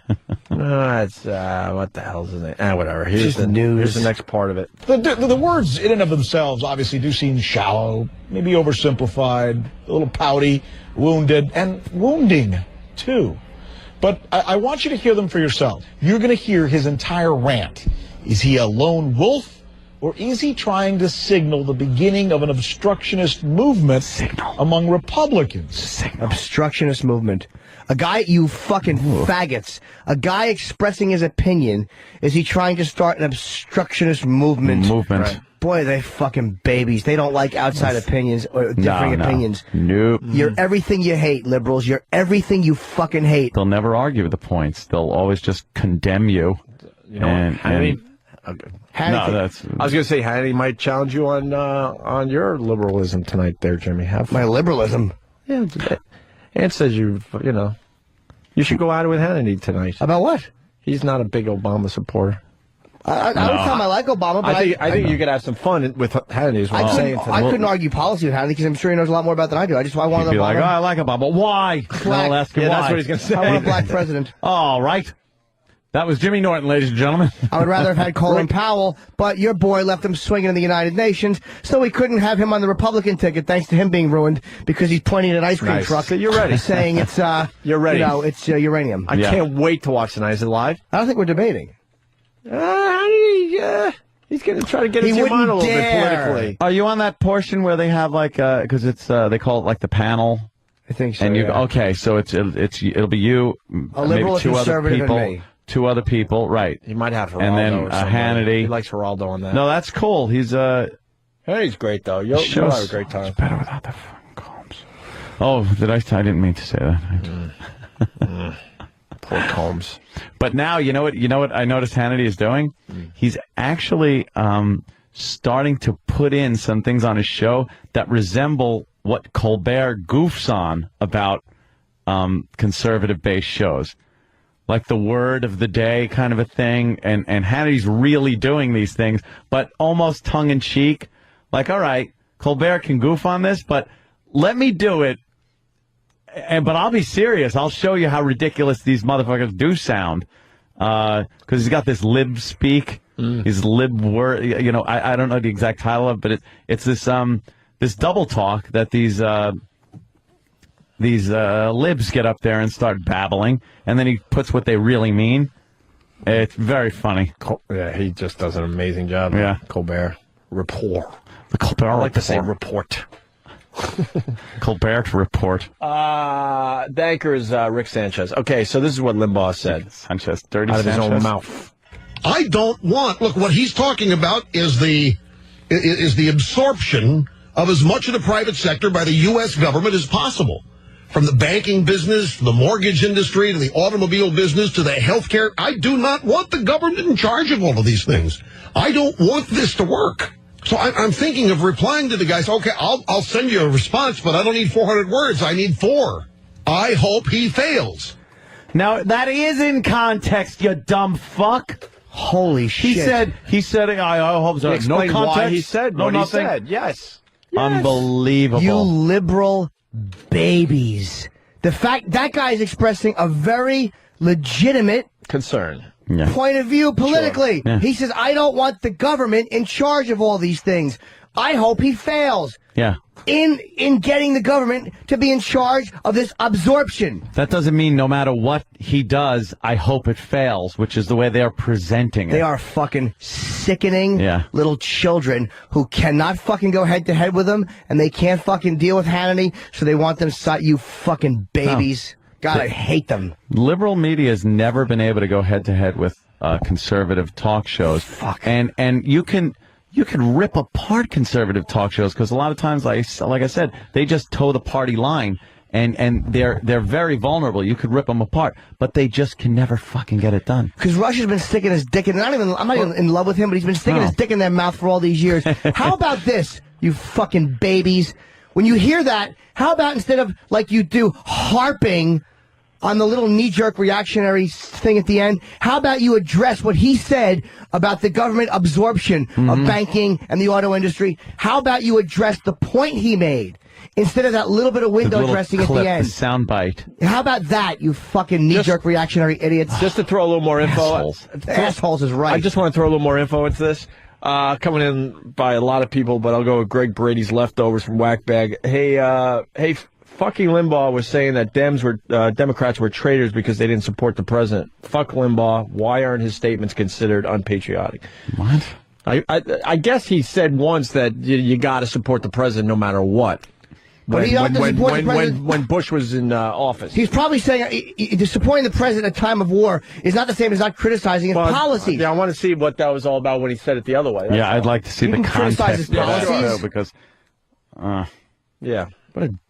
What a bunch of fucking babies. And they hate when I trash them liberals. This is exactly why. I just heard he didn't say Obama's the first black president. I hope he fails. I hope he fails. Media is lazy because they destroy people on just using a quote instead of they are lazy. Yeah, that's what they do. Shit. Look what they did to Imus. If they really explained where all that came from, whatever. They're just Imus shit. thing's old, but you see what they do to people. They fucking when they don't give you all crucify the info. They took 1 2-second clip we did with the homeless Charlie thing and try to send us on a train out of town. Yeah. Bye-bye. Without explaining that it was a crazy homeless guy. Yeah. We had nothing to do with him. That's what they All said. of a sudden, it was a character that we invented. It said Opie and Anthony show. Not to make it about us, but we understand how this type of thing could be a problem. Yeah. The Opie and Anthony show talk about rape of First Lady and Secretary of State and the Queen. Right. And it was like, yeah, that makes a great little fucking quotable soundbite or quotable piece of print up on your news thing. How about saying what it was? a homeless guy coming into a satellite radio show, able to voice whatever loony opinions he has, because first of all, it's entertaining. Mm-hmm. Secondly, no one opens up a forum like that to a crazy homeless guy and let him talk about whatever he wants to talk about. That was this forum. That's what this is supposed to be about. But our audience also understood that it was this guy was a lunatic and just rambling. That's what I mean. Yep, We didn't exactly. have to explain that No. But to anyone that was listening that day. they get a hold of it. They don't want to investigate. They don't want to look into shit. All they want to do is fucking get that quotable little soundbite and screw over whoever they can and then move on. We barely. Go fuck yourself. I know we kind of talk about this every once in a while, but we barely, and I mean barely, skated. Oh, I know. That was a biggie. That was as close as we've ever come to being That was a biggie. fired and being able to wanted keep to our fire jobs. everybody. Yeah. Yeah, that's what I hear. Yeah, he wanted to fire everybody, and Logan saved us. Elo definitely saved us in that situation. Boy, that Panero, what a smart guy he was. Did a good job. Ugh. All right, we're going to take a quick break. Old dumpster gums. So that's good news. Jimmy on Hannity tonight. We should push this, Jimmy. That's good. Oh, yeah, that's big. I honestly don't look at I mean, it's great. I'm happy to do it, but I just don't know, I don't even know what I'm doing on there. You could become a regular on there. You'll be talking. You'll be tacking. I love watching Hannity, actually, more than the other dopes. And I probably agree with the other dopes more than I would a Hannity, but I really enjoy Hannity. These fucking, the way he defends free speech, even that he doesn't agree with. Yeah. If you liberals would just stop whinging. That's what it is. About what everybody says. You stop being such crybabies. They fucking whinge. Did you hear what he said? You know what else really fucking got me? I was reading a whole thing on, of course, the Second Amendment. I keep very close tabs on that. It's very, very close to me. Our right to bear arms. And someone pointed out something very, very interesting. The rights that we are given are rights. The forefathers considered those God-given rights, whoever given. We're, as humans, we have those. They're not government-given rights. The government, the rights, the way it's written, the Bill of Rights, the way it's written isn't the government's giving you this right. It's you have the right. The government can't take it from you. But a lot of times these motherfuckers get in there and think the government gave you this right, so we can also take it away. No, it's your right as a living human being to have this. We're just writing it down to let you know that the government can never take this away because it's not theirs to take. Can I throw something at you? Yeah. Let's say that we come up with a gun that has nuclear capabilities. Yeah. At that point, would you allow the government? You would not be able to have that. We can't have machine guns, and people, or even the NRA, or right. For the most part. I mean, as far as following the Second Amendment, where does it get to the point with you where you go, all right, yeah, that obviously is a problem. It's got to be kept in check. You can't give citizens nuclear weapons. No, we know that. A gun with nuclear weapon capabilities. To bear arms doesn't necessarily mean to have a nuclear. But you know what I'm trying gun. to get at? Like when is it too far? When is it too far? For someone that they've already taken away. That fights for the Second Amendment. They've already taken away. No, I'm not even saying that. Automatic like for you, because and... I know even taking automatic weapons away, that pisses you off. For me, I think any type of semi-automatic rifle. I don't care what it looks like. If it looks like an assault rifle, should be able to have it. There's been a machine gun ban in place for forever, so that doesn't matter. Handguns, as far as pistols go, right?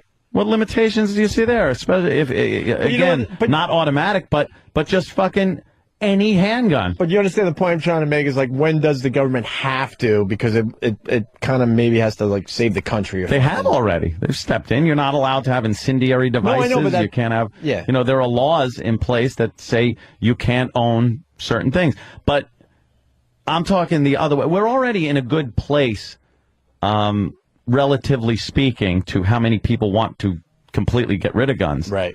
I'd rather have it a lot easier in certain cities to be able to get a licensed gun. And by licensed, I mean, yeah, I'm for background checks. I'm for FBI background checks. I'm not one of these guys that think you should be able to fucking go into a drugstore and buy a fucking gun, right? And just walk out with it. That's, you got to check the people. That's fine. But don't tell me I can't. Background checks? Yeah. Yeah. They want. It's in their best interest to have guns in the hands of law-abiding citizens and not criminals. Oh.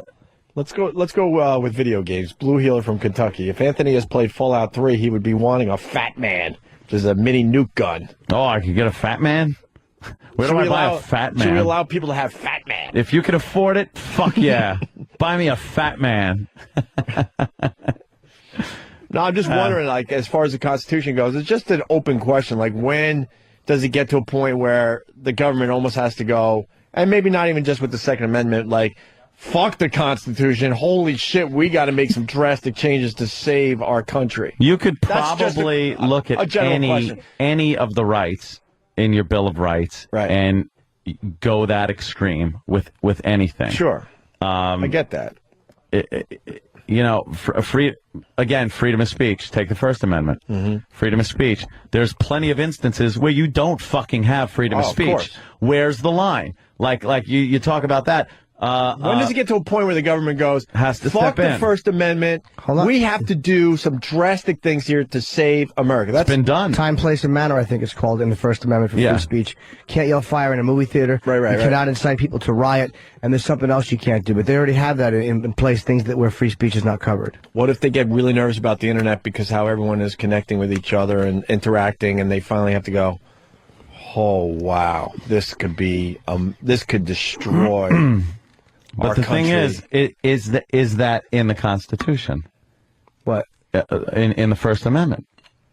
Mm-hmm. What you just said? Yes, I believe it is. Time, place and manner. I believe it. Again, I'm going back to high school. Mr. Anderson was my teacher. I believe it is that's what free speech. I don't know how it's stated in there. Maybe that's the way people summarize the asterisks for free speech in the First Amendment. I don't know. Right. Yes, sir. Yes, sir. Sorry, I was just looking that one.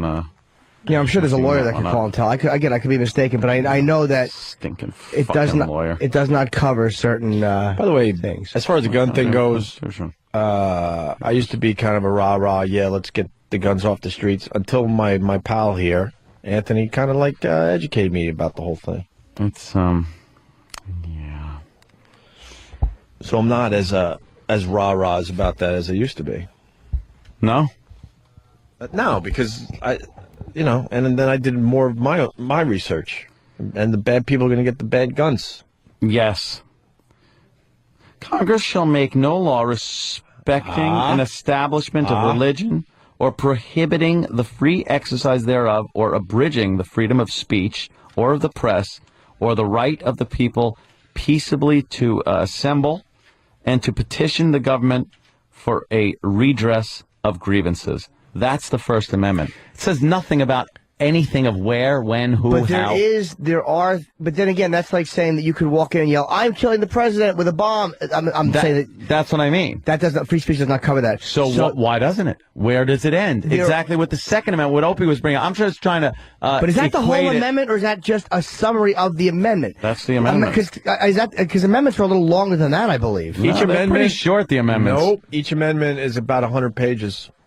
Shut up. No, but they knew no one wanted to read that much, so they kind of summarized. Yeah, I'm telling you. Second Amendment is the Cliff Notes. One fucking sentence with a couple of commas that have really thrown a monkey wrench into it. The commas.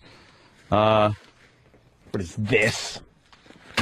Or maybe time, place, and manner is what the courts have said free speech doesn't cover? That's it. Now, the courts, on the other hand, have done that, but I'm looking at the original fucking meaning of the First Amendment. Well, the Constitution is supposed to be interpreted. They say it has to be interpreted. That's what the Supreme Court's job is, to interpret the Constitution. It can be interpreted or bastardized. It could be fucking turned on its head. Interpretation is such a vague fucking thing, especially when something like the First and Second Amendments are concerned. That well played. Here's the second, and this is the one that fucking gets it. A well-regulated militia, comma, being necessary to the security of a free state, comma, the right of the people to keep and bear arms shall not be infringed. The militia part throws everyone into a fucking tizzy. Right. They're like, that means the National Guard. That means the Army. Right. That means what was going on back then, not now. No, a well-regulated militia was the people. Right. Was the fucking armed public. That was the armed citizen, your neighbors, the guy that owned the fucking general store, the fucking whatever else it was. That was the militia. And it says, then, comma, being necessary to the security of a free state. That is necessary. In order to have a free state where you won't get into a totalitarian government, it is necessary to have the ability for the people to form a militia. But therein comes the last part, the right of the people to keep and bear arms shall not be infringed upon. That's the most important part because it makes sense of the first part. But the Constitution, it has to be interpreted as times change. Like, I know that when it came to, like, it was Brown versus Board of Education, it was separate but equal, like black and white schools. They said the mindset of the Constitution authors should be taken into account. What their intention was. Because, again, if you want to be technical, back then all men are created equal or whatever it says. Again, blacks were considered 2/3 of a Not citizen quite for men, voting purpose. Right. So it's like you have to get into the mindset of these people. Because if you just read it by, the letter of the law is this, well, then we have to look at where they were when they wrote that. I mean, there's a lot of inconsistency in it, so we should not be penalized because they didn't foresee certain things our country would become. Well, they didn't foresee the weaponry we would have. But that's why they amend the Constitution every so often. Right. But by amending it, you don't take away a right. You can give rights. The Constitution can be interpreted and amended to give rights. It is not meant to be interpreted to then take rights away that are your rights. But how about if the amendments to the Constitution are preventing the perversion of the original use, the original intention? The original intention. Find me an example then, because as far as the blacks voting goes, abolishing slavery goes. This is giving people's rights. This is taking the Constitution, using it to then write in another right that you are granted by being a human being in this country. You don't take away things that are already there. What I mean is this. I mean that maybe they don't look at it like they're taking away a right. Like when they amend Look something. at Prohibition. That worked well when they took away. Because that was one instance where they decided, let's use the Constitution to take something from the people. But what they do now is they have alcohol, but there are rules in place around it that some people agree with and some people disagree with. But there are a set of ground rules. So people may say that guns have gotten so crazy, just use Second Amendment, that machine guns are crazy. Yeah. And people may say if you use the Second Amendment to defend ordinary citizens hiding machine guns, you are perverting the original intention of the amendment. So it has to. They actually did do that, and they took away people's ability. I won't say right, but ability to possess machine guns. Okay, so maybe a constitutional amendment was necessary there because people were saying Second Amendment says I can have it. But they keep going and going and going. Well, that's where it has to be with stopped. rules and regulations, and you get to the point where now, if you live in Detroit, you cannot own a gun. How is that legal as far as the Constitution goes? I don't care how you've interpreted shall not be infringed upon, but when you are told by the city that you live in that you cannot possess a gun when the Constitution tells you can, go fuck yourself. No, I agree. This places like that, I agree. Yeah, that's the shit that drives me nuts. Oh, you got sushi. I got a sandwich. Okay. Want to take a break and eat? Yeah, by the way, I got to pee, and I want to hear from a lawyer. I'm curious as to what they say about it. I could be wrong, but I want to hear from a lawyer exercising his Second Amendment in his face. The guy from Florida that wanted to argue with you, his phone crapped out. He wants people to know he didn't hang up because he understands how much that pisses us off. And he said that Jimmy killed in Miami. And someone wanted to tell me that the Constitution isn't a living, breathing document. No, that's the whole thing. The Democrats like calling it the living, breathing document. I was just they like changing it. Yeah, I was just a lot. I was just throwing a scenario out there where you have to almost ignore what the country was founded on because it gets to a point where it's so obvious. Holy shit! If we continue following the Constitution like we have been, this country is done. It's just, There's a it just balance. opens up a discussion. That's all I'm getting at. Here's an example. The Miranda rights. You have the right to remain silent. Right. Those have to be read to you. How many times have you seen that well-intentioned right perverted and misused, and when it is, we're like, what the fuck are they falling back on that shit? That's not what that was intended for. To let fucking pedophiles walk free because someone didn't read us our rights. Uncle Paul. But you know what I mean? But that's a great example of the perversion of something that was well-intentioned. There you go. All right, we can continue. There's a history teacher. I'm losing my mind listening to you guys. That's Jeff on Long Island. Why? Good. Jeff, we're going to you next. Definitely, if you could hold through, hopefully, a short break here. Opie and Anthony, stay there. Wow. That's what I have to say about that. The history teacher. Yes, I've always been very good with teachers. Jeff, Long Island, how are you, sir? Good morning, gentlemen. How are you? Good evening. What's up there, old butterscotch fingers? Hi. You're wrong there. All right, Teach. What do you got, Teach? Guys that drive me crazy before. Really scary that I'm actually agreeing with Anthony on his interpretation of the Second Amendment. Well, thank you, sir. Okay. I usually don't agree with you on stuff. It's just kind of scary. Well, yeah, it is. Okay, when I'm doing this stuff with the kids in class, basically the problem is you kind of go into it and say, all right, these guys wrote this document 200-something years ago. What makes it, like in class, I got to tell the kids it's a living document because it changes as society changes. So when the courts are interpreting it, they're looking at modern times. They're looking at, obviously, their own perspectives and points of view. But it's basically stating, that one in particular, I don't understand how a state could tell you can't have a gun, or a city could tell you can't have a gun, when the federal Constitution says that you can. It's completely ridiculous. Exactly. Can I jump in for 1 second and go with the Constitution 101? When they wrote this thing, but when they wrote this thing, and I really don't know the answer, did they understand that this document would have to change as America grew, or not? Yes. That's the premise that most people would say. But is that open for interpretation, or was it where they said, look, we got this, but it's going to have to change as we develop as a country? Do you know the answer to that, Ant? Yes. There's an amendment process. Yeah, that's why they allowed it. They didn't just say, here's your 10 commandments, right, and you will live by these. Right. But that was my point. My point is they left things to add on. Right. It's not there to take the existing rights away. It's there to give more rights as times change. I know the interpretation of the rights that are there already is a big issue, as far as being called a living document. But there are certain rights that are just your right as a human in this country that are not to be infringed upon. I don't know how much more clear that has to be.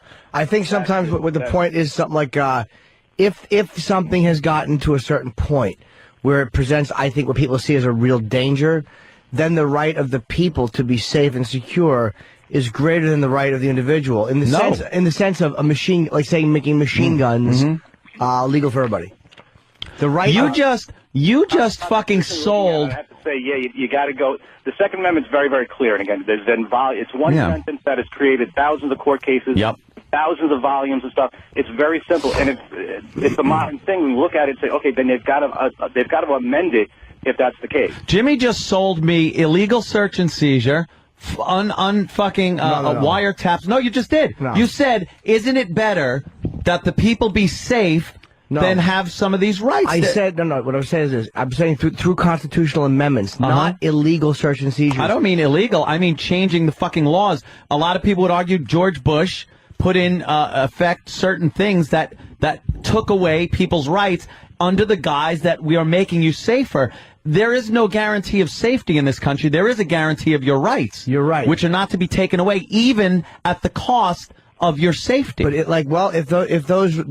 then you're making the same argument that people who say Guantanamo is wrong, and people who are saying like that side of it, like, hey, they didn't have the right to search him. Dude, so if they're holding innocent people in Guantanamo, then I'm saying, yeah, that's fucking wrong. But guilty people. But yes, guilty people. That's the difference with what my thing on Guantanamo is. We do have the right as a society.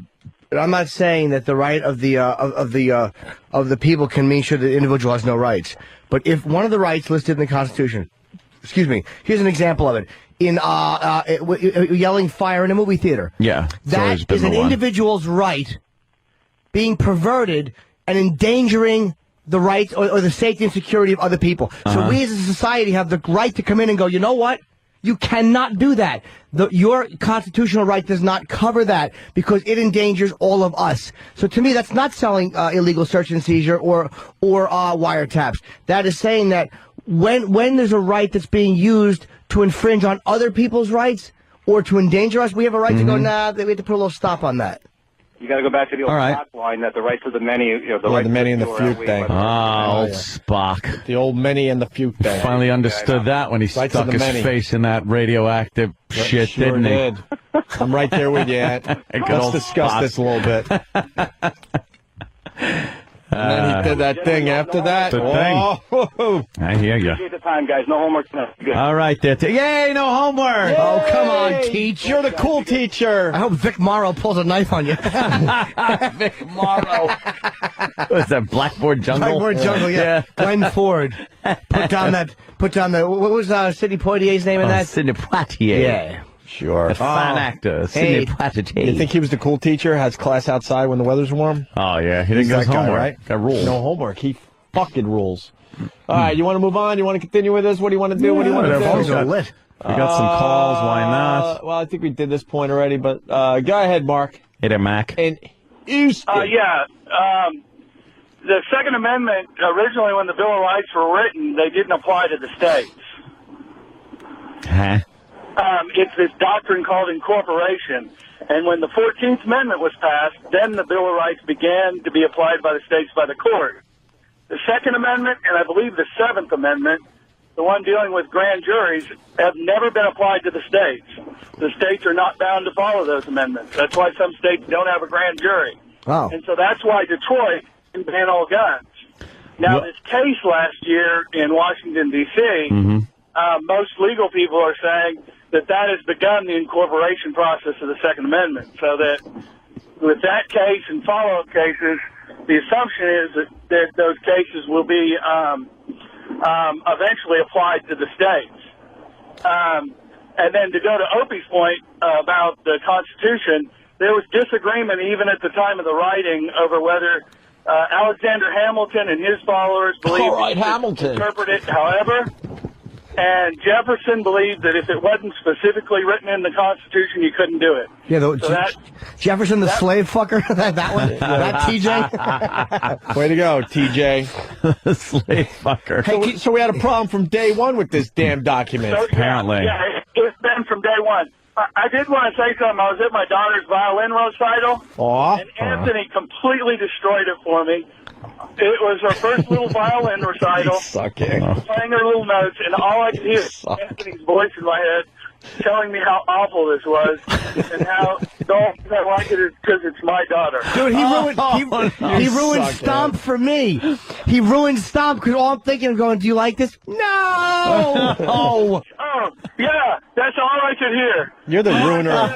You're the ruiner of happiness. You stink. Sorry, sir. Hey, sir, just wants to enjoy the little daughter and her little violin. Anyway, thanks a lot. Y'all have a good day. Thank you. All right. Can some lawyer That's explain funny. time, place, and manner, please? I could be wrong. Please. I need help. Hit me. I'm an attorney. Constitution was an experiment. Really? Really? Those who would sacrifice freedom for safety deserve neither. Did Doug from Texas come up with that? Or I think that one was already used. That sounds great. Yeah. That sounds great. But there are certain freedoms that must be sacrificed for safety. Yeah. Like, for instance, do you think that your right to bear arms should infringe on other people on a plane's rights to not fly with a cranky guy with a fucking gun? Shut up. God damn. Cranky guy. The fuck up. I'm throwing quotes at me. I'll shit in your mouth. With every right, there is a responsibility. And this is where you can get into trouble just using the Constitution as an excuse. You cannot do that. Every right has a responsibility. As a gun owner, you have many responsibilities to not infringe upon people's right to life, liberty, and the pursuit of happiness. If you do, then like Jimmy said, with the old fire in the theater analogy, you're obstructing other people's rights by using one of your rights as an excuse, pretty much. That I agree with. I do agree with that. That's fine. And I think when they wrote, in my thing with the Second Amendment, personally, I think people should be able to own a handgun. I don't have a problem with it, but I don't love guns. I don't have a problem with it if they say automatics are bad, if you have to load them into a thing. Personally, or shotguns, you can keep those. I don't have a problem with that. I don't have a problem with them restricting what kind of guns.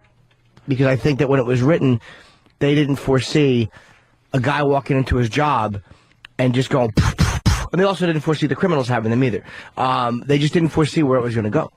Well, this is true. They didn't foresee it, but an armed citizenry, I believe, responsible citizens that would go through background checks, and I even think anybody that is new to guns that wants to get into it should absolutely take a safety course.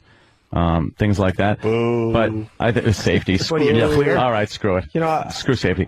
I want to shoot guns with you this weekend. I think, yes, I'm going to give you some good videos. Oh, I'm sure of that. I want to go cold. I want you to break out the big dogs. Just give it to you and go ahead. Do what you think you should do. When are we doing this? I want to shoot guns I've never shot a gun in my life. I think I shot BB guns. You go to the range, like anyone else as a kid, whatever. That's a different but animal. Let's go to the range. Go to the range. And let's film videos of me shooting your guns. A couple of videos. I think that'd be kind of fun. Don't even tell me how to hold it. Nah, I don't care, just go off and blast away. And you can even give me that gun that's going to hit me in the forehead. Bang, bang, bang. You're actually going to trust Anthony? He'll be, no, you have it pointed the wrong way. Yeah, turn it that way. Really? It looks like it's facing me. No. Yeah, that's how it's supposed to When are we look. doing this? I'll do it this week. Maybe later in the week I'll come out. Yeah. We'll do a little, go to the range. A little shooting. Sure. All right. I love going down there. I'm in.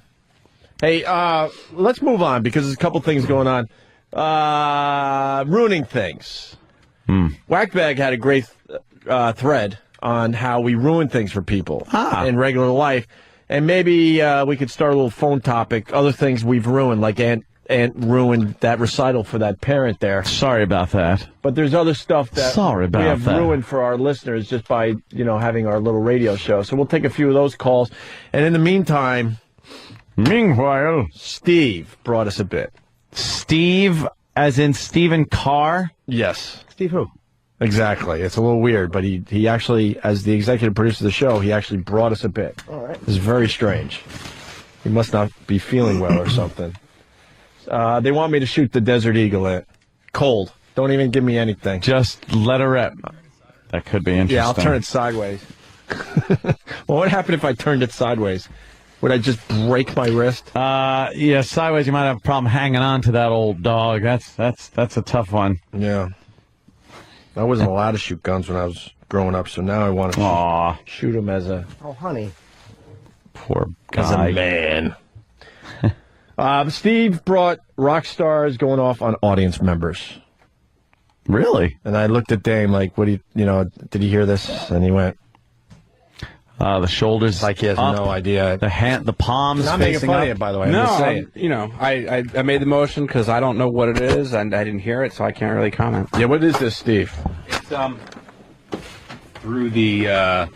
through the years, various rock stars get things thrown at them. Mm-hmm. They get things, they get spit on, and they lose their cool on stage. I found a nice collection of clips from 1989 up until 2006, I think was the latest. That's awesome. Really good. I was actually using you for filler so they could screen the calls. All right, let's go with our bit. Adam in Boston. Adam. Hey, guys, real quick. Those guys chiming in about you guys just being the destroyer of worlds. You really ruined any Al Pacino movie. I tried watching Serpico this weekend. He goes to pick up his shoes from his brother, and he's like, you did a good job. All I can think about is, my lips. I got my lips. Yeah. Even in the old movies, right, when he was a good actor? Yeah. When he was really quiet, Al Pacino, yeah. My shoes. Yeah, put a ladder to get up to these. I need nice big lifts. Put little motorized things that scoop me along. I need stilts with laces. You know that when the Oscars and the award shows start coming around, the Razzies come out, the movies that they hate. Al Pacino up for 2 for that 88 minutes. And Right to for, Kill. Or whatever. and for Righteous the one Kill. Righteous Kill. He stunk in Righteous Kill. And so did De Niro. De Niro should be up for one, Both too. those movies were up for it, and I think as like worst movies. What a bag of shit that movie was. Just, yeah. It was fucking, what are their names? Hey, Turk. Oh. Rooster and Turk. Gay lovers from the 30s. I hate when characters say each other's names. Okay, Turk. Rooster, or are you Turk? I don't know who I am. It's like I got a rooster on my head. Yeah. Should have been shrimp and fatso.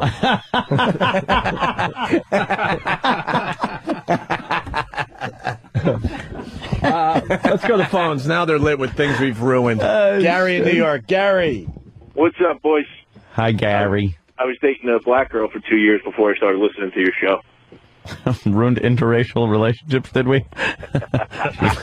I say, look how I say we. All right, let's say hi to Newsday Laura. Newsday Laura. Hi, buddies. Good evening. You work for a newspaper. How stupid are you? Newspapers Actually, I are going don't work for the paper away. anymore. Oh, okay. But Laura. I wanted to say that Anthony has ruined my dog sitting on the couch or going on the bed. See? Why? Because anytime, we're on Pal Talk, I show him we got a new lab puppy. He goes, oh, that's cute, but dog rubs its asshole all over the fucking pillows.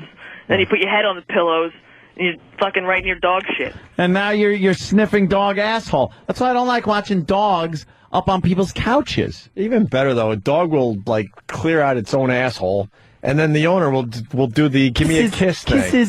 Kisses. The tongue was just up its own ass for the last 10 minutes. If you watch a dog sit, if a dog sat with its tail underneath it, so its tail was covering its asshole, that'd be one thing. Sure. But dogs will sit on the couch with that fucking brown asshole just sitting on your cushion, and then it'll get up, or sometimes you'll chase them away. Hey, shoo, doggy, shoo, I want to lay there. And then you'll lay your head right down where dog asshole was. Well, that's why you got to do when a dog gets up on the couch. What you do is you grab its tail, and you fucking wet your finger, and you stick it in the asshole, and then you smell it.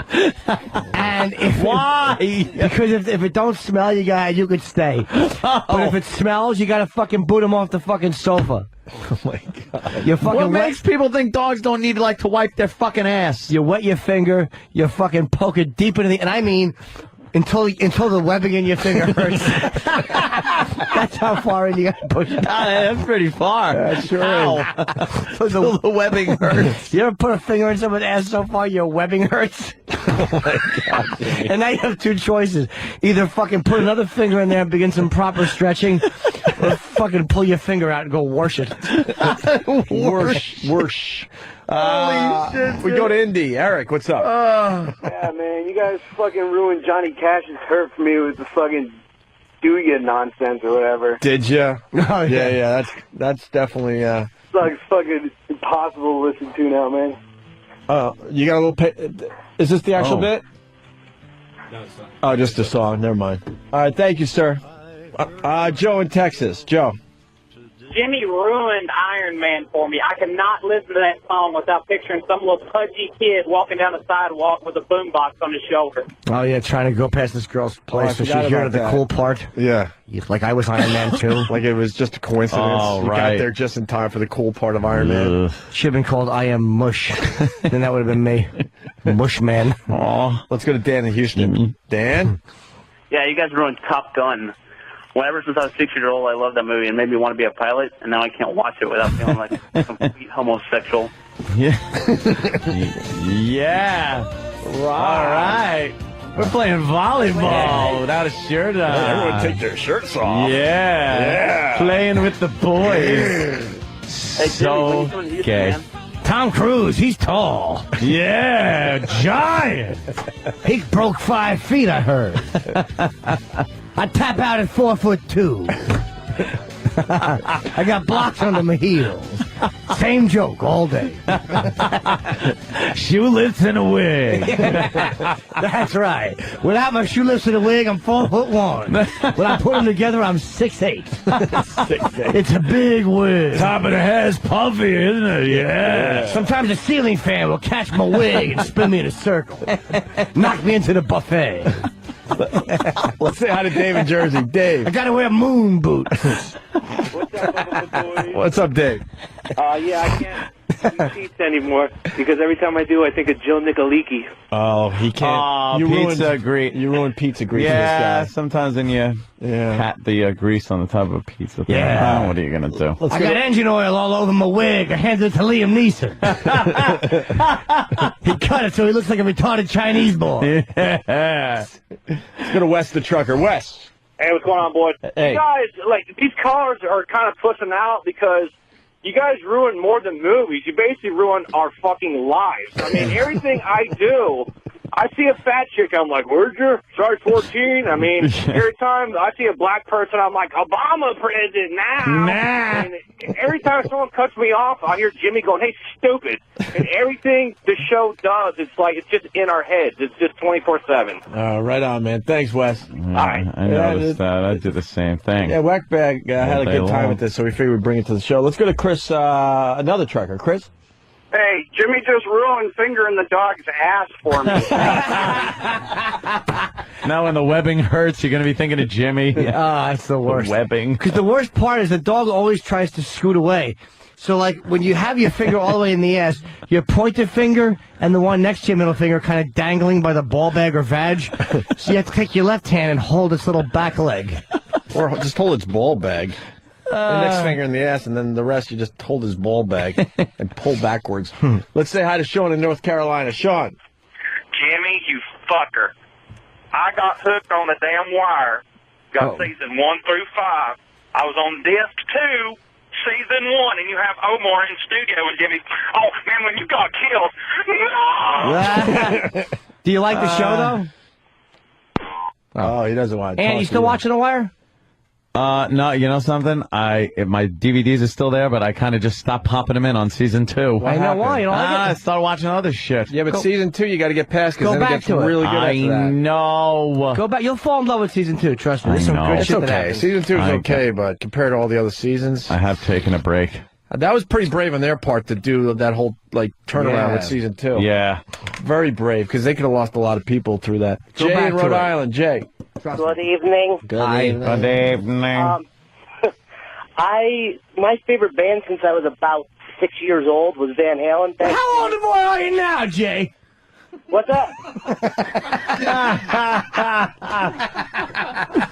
guys suck.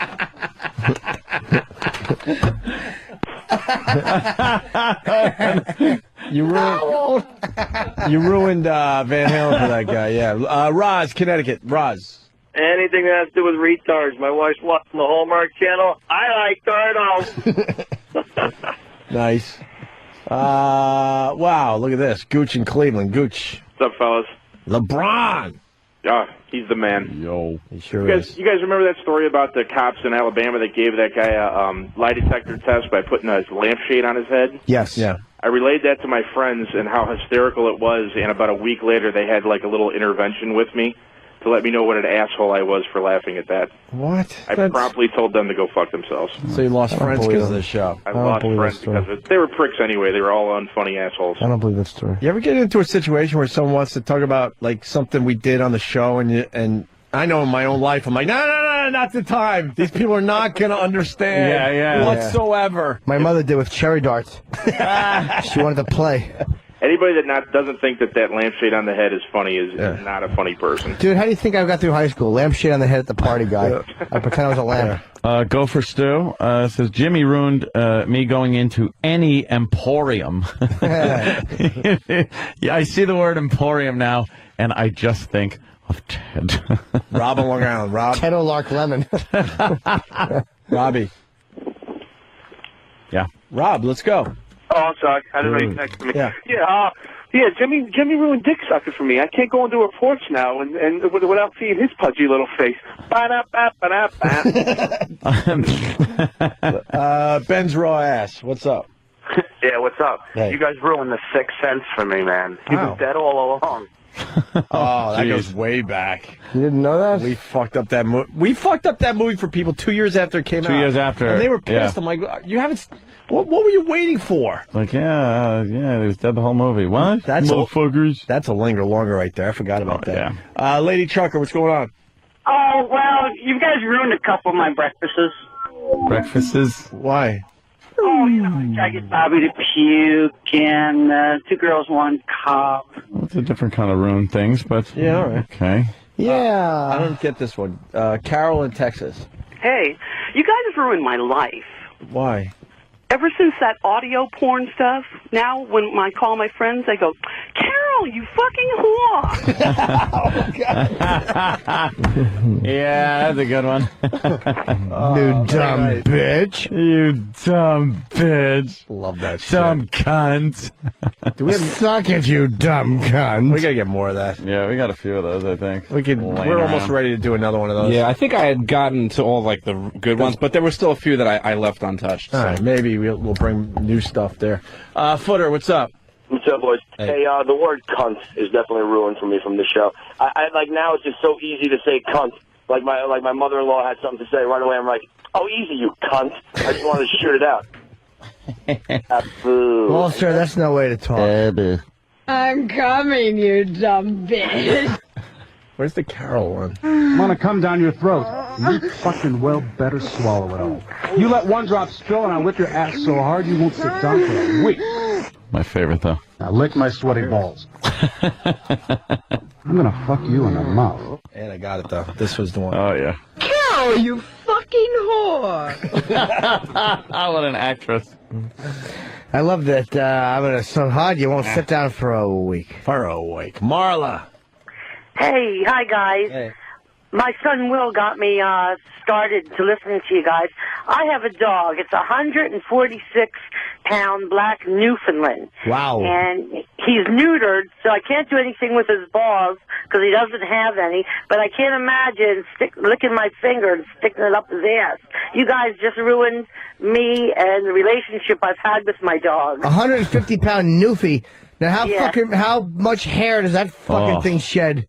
A lot. And he's going to keep growing for another year and a half. How much shit just hangs from the fucking hair around its asshole? Okay, I love you guys.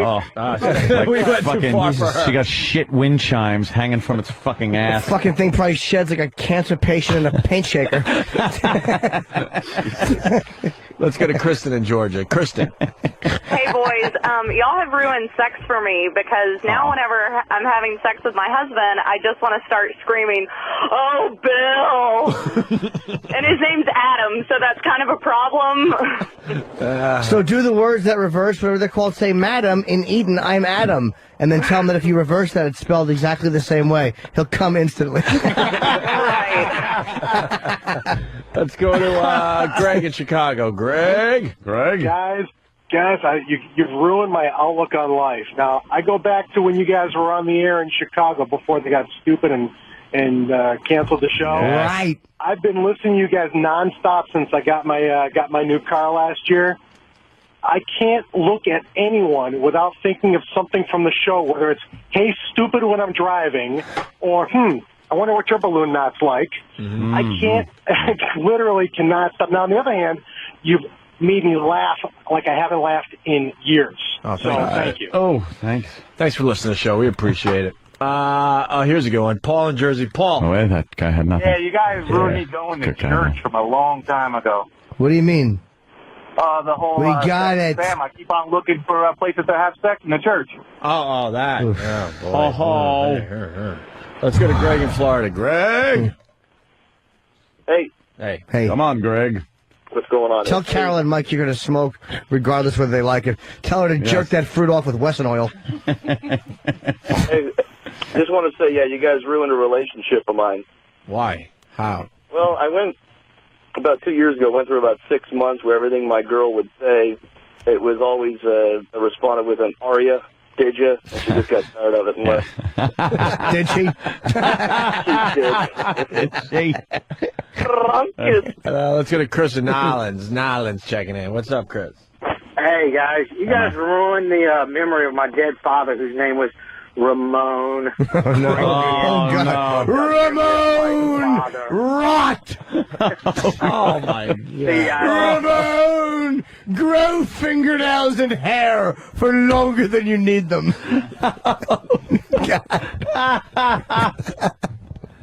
Ramon, has your jaw dropped? Ramon! Be dug up and fucked by the coroner one more time. Jesus. Ramon! Hug your mother and appreciate her. Ramon, you know how silly a skeleton looks in a suit. Ramon! Kneel by the tombstone and talk to it.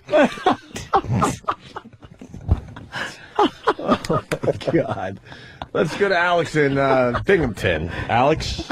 Yeah, hey, Alex! You guys ruined eggnog for me for life. Baby bird. Two words, true, baby too, yep. bird. Yeah. Thank you, sir. Let's go to Grove in Maine. Grove? Grove. Yeah. Grove. Well, Yeah, you've ruined breakfast for me and my Jimmy Jean Sausage. I missed that. Sausage. I missed that. Sausage. Have we, I have we say played that. that in a while? Sausage. How long is the prank? It's not even a prank call. I can't even hear Jimmy Dean sausage without thinking of that anymore. We haven't played it in so long. Sausages. We like one time. Sausages. Ben in Arizona. Ben. Yeah, you guys have ruined lists for me. Every time, someone says, what are the things we got? Me and my dad and my brother, no rules for anything. Yeah. Mo. Thank you, sir. We're going to play the Jimmy Dean sausages. We haven't played this in a while. We might stop it, but let's go. This guy was complaining about the size of his sausage. That little 12-ounce goddamn roll of sausage is supposed to feed your brother and me and you 600 pounds of men, at least. You get my point? And the two girls, and they put it in that pussy roll of sausage. Son of a bitch. Somebody needs their ass kicked. Some little consumer geekaroid. Save money. Yeah, save money. Save money. I'm going to eat, goddammit. Randy Taylor. I don't know where you people come from. I don't know if you test your products, your quantity of your products. Your products are very delicious. Love your sausage for 30-something years, but I can't take and feed a family of 5 on a little 12-ounce roll of sausage. I don't mind paying you more money for your 16-ounce roll of sausage, but you don't have it anymore. You've got a 12-ounce roll, and you got 3 men that weigh over 200 pounds apiece, a woman that's a little plump Scotch girl, and a daughter who's 13, and you're going to try to take a 12-ounce roll of sausage and a couple of dozen eggs and feed that. It ain't going to work. And I'm not going to purchase your product anymore or ever again. And as far as your 16-ounce and maple and sage, I don't eat that. I'm not from the north. I'm a Texas man. Jimmy Dean sausage is for southern people to eat with the breakfast, with the fried eggs and the T-bone steaks. And I can't see going to a little 12-ounce package to feed 4, 5, 6 people. And I'm not going to buy 2 of those 12-ounce packages just because you want to downsize and charge the same goddamn price. I'd sure like a reply, and I'd sure like you to go back to your 16-ounce package on your regular sausage, because I'm not going to buy it otherwise ever again. I'll just have my own damn sausage made like I used to 30-something years ago. It's not as tasty as yours is, but it'll work. Goodbye. What an ass. What a fool. Not as tasty. He'd probably eat fucking like deer intestines and just tell everybody that it was sausage. Gave him a compliment. Sausage. On his sausage. Not as tasty. Sausage. I don't know. You think this guy likes sausage? It's kind of weird. Jimmy Dean? He's obsessed with it. Sausage. Your 12-ounce package. She's a plump Scotch woman. Yeah, we all over 200 pounds, and instead of doing an ounce of exercise, we want you to sell you bigger packages of sausage. I got a daughter who's a fat fuck, too. You know she's a pig. Oh, of course she is. Fucking bunch of oinkers. She's 13. Standing around a trough. Doesn't he eat T-bone steaks, too? Yeah, in the morning. In the morning. Texas man. Like Texas. Yeah. Fried eggs and T-bone Gotta be steak. said. Not from the north. Got to be said, Coke Logic's animation. to that. Wow. Oh, yeah, this was a good one. I forgot about One that. of the best ones ever. Sausages. I wonder what happened with that guy. Yeah, I got an update on sausage. He probably died of a massive coronary. Hope his mouth was fucked during a home invasion. Filled with black sausage. By a black sausage. Be a Haitian sausage. Ted the trucker. Oh, great. Hi, Ted the trucker. What are you hauling? Good evening. Sausage. Only classified military stuff. Anthony, a couple of weeks ago, you completely ruined my niece's recital for me. Uh-oh. Why? How? Yeah. During the entire recital, the only thing I could think of was Anthony doing his little toodaloo through the entire thing. Toodly-doo. When my niece got up there... Oh, no. It's a bad day for the internet. Oh, boy. Web breastfeeding is being banned on the internet. From what?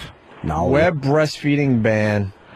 Oh, no. Hold on. We got breaking news, sir. Aren't so much about censorship as about a new commercialism. The content of Facebook isn't made by a Hollywood studio or by a production crew. It's made by the users of Facebook itself. In essence, the company makes money by selling the people to each other. And if the people don't behave to each other the way that everyone would like to, the company can lose money. Facebook's management refused CNN's request for an interview, but did offer a statement saying in part, "We agree that breastfeeding is natural and beautiful, and we take no action on the vast majority of breastfeeding photos because they followed the site's terms of use.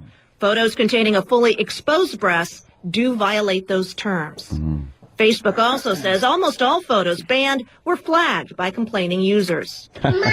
Roman just wants to promote breastfeeding, but she's also testing the boundaries of internet authority in a growingly web-connected world. Cara Finstrom for CNN, Los Angeles. So Facebook is banning... Children trained to kill. The man accused of What? organizing it Nice. faces charges All right. today in a first-of-its-kind trial. Well, what are you going to do with the children? Jeez, Look look play where they're soccer. from. Stop it. At least they'll do something useful.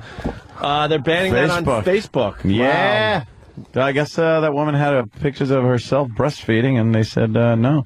People, who's flagging it for like who are the people that flag fucking shit like that? I agree that it shouldn't be banned, but I've also had enough of women breastfeeding thinking that just because you're shoving your tit in a kid's mouth that you fucking bypass all fucking standards of decency. Go fuck yourself. Go in a toilet and feed the little shit. If I don't get to watch your husband dump his load in you, I don't want to see you feed the little cock. Enough already with you fucking thinking you can run through society with impunity with your fat udders juggling all over and some kids suckling them. I've had enough of fucking women breastfeeding. We get it. It's natural and it's beautiful. Point taken. Let it go. Could you use the word full instead of fat? Yeah, we've had enough of your full bosoms. Yeah. Your swollen udders. Yeah. Swollen's good. Full is good. Your fucking swollen tits. Fat takes me out of it a little bit. Stop showing it off. Go with full. Do you really need your fucking tit in the kid's mouth on Facebook? Go with achy. Yeah, right. Achy's a good word. How about you holding the kid in the park somewhere, waving at a potential molester? How about that? Just keep it sexy. Achy, full. How about wanting breasts? How about you squatting over a mirror, examining your vagina? That's a great Facebook photo. Nobody wants to see your fucking tit in some kid's mouth. Get over yourselves. Get over yourself. Enough already. This is motherhood. It's beautiful. I was breastfed. You know who knows about it? Yeah. Me and Mom. Sorry, she didn't photograph it and send it all over the fucking planet in some disgusting example of fucking cyber fucking exhibitionism. We get it. You're natural. Aren't you wonderful? Chimp lady. God damn, man. Yeah, like in the old days, people didn't just take a snapshot and then just Xerox it and just start mailing it out to people that they don't know. Because back then you knew when someone was taking a picture of you.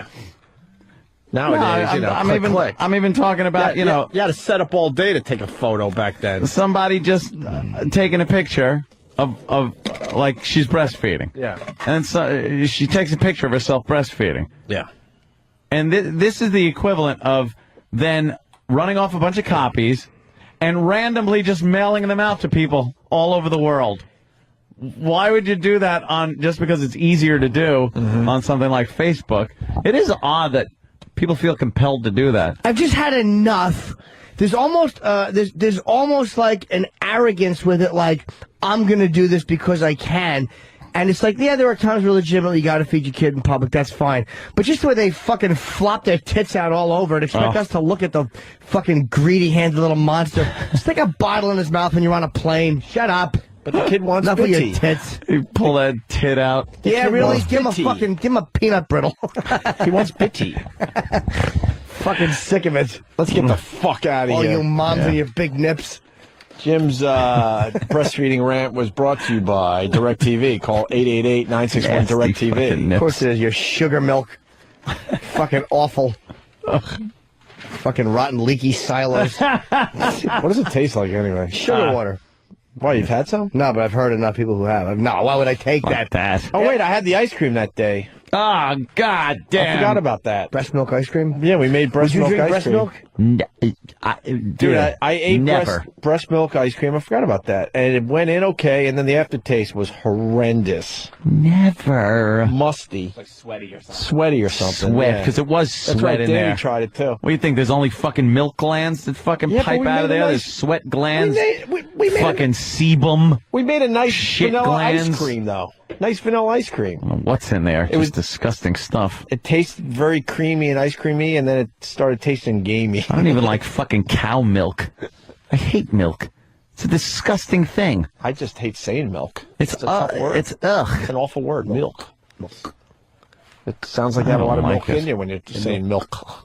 I like cereal, and it sucks because I can't eat it because that shitty fucking white cream crap has to go over it. No, you don't. You know what you do? Soy, man. What? Get someone to take some soy. Or get someone to take a food poisoning diarrhea over it. I'd rather. Fucking eat that. Eat a food poisoning diarrhea cereal. Leaves a discolored ring on the fucking cereal bowl. You're always eating Count Chocula. Like, yeah, Cocoa Krispies. Look, turn the milk brown. Can you imagine that? A fucking food poisoning shite. You're fucking eating Cheerios.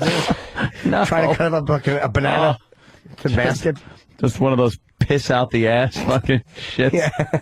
Oh, this is what a girl must feel like. The type that when you wipe your ass, you pull your pants up and realize that you have spatter on the back of your thighs. You ever have to fucking paper? You ever have to toilet paper the back of your thighs? I just abort the whole mission and jump in the shower. It's fucking. It's like you have to abort the wiping mission and jump in the shower. It's one of those shits where you have to fucking take toilet paper and use it like a towel from your neck to your ankles. Oh shit. Let's get out of here. It ain't getting better than that. Let's get the plugs in. We got Jimmy at Caroline soon. They're called follicles. 212-757-4100. February 5 through 8. And I'm also doing San Francisco and Poughkeepsie Bananas in March. And Hannity tonight. Yeah, Hannity no more tonight. Combs. Most people don't know that still. It's just Hannity these days. Yes, And Hannity. Jimmy's going to be on Hannity tonight at so. 9, right? 9 o'clock? Unless it's changed. 9. Yeah. Shake 9. that shit out, motherfucker. And tomorrow I want to play Would You Eat That? Everyone's got to save their boogers tomorrow. I'm not going to actually eat boogers, but I'll explain which ones you're supposed to eat. Which ones you should avoid. I couldn't even imagine looking at other people's snot. How are you even looking at that? Well, you just It'll be a little rough, but I'll look at them. That does give me the skeevies. How does that give you the skeevy heebie-jeebies? A little bit. Not as much as you, though. No. I can't even look. No. Oh, Jimmy's on the phone. Who are you talking to, Jimmy? I'm leaving work soon. Who are you talking to? Hey, am I doing Hannity tonight? Oh, his guy. What time is it? All right. Anything you got, Ant? Nah, I'm done ski till tomorrow. I think we're all done. What was it? Fucking- Oh, find my fucking phone. Right. I'm not forgetting anytime soon, Steve. Give me an update, Steve. And that's not Foundry Steve, by the way. No. I want you to crack some skulls and get to the bottom of someone ripping off my phone when I went over to Sirius XM on Friday. Serious? Huh? No. When's Nothing. tickets on sale? I don't know. Serious? All right. All right, man. Yeah. Later.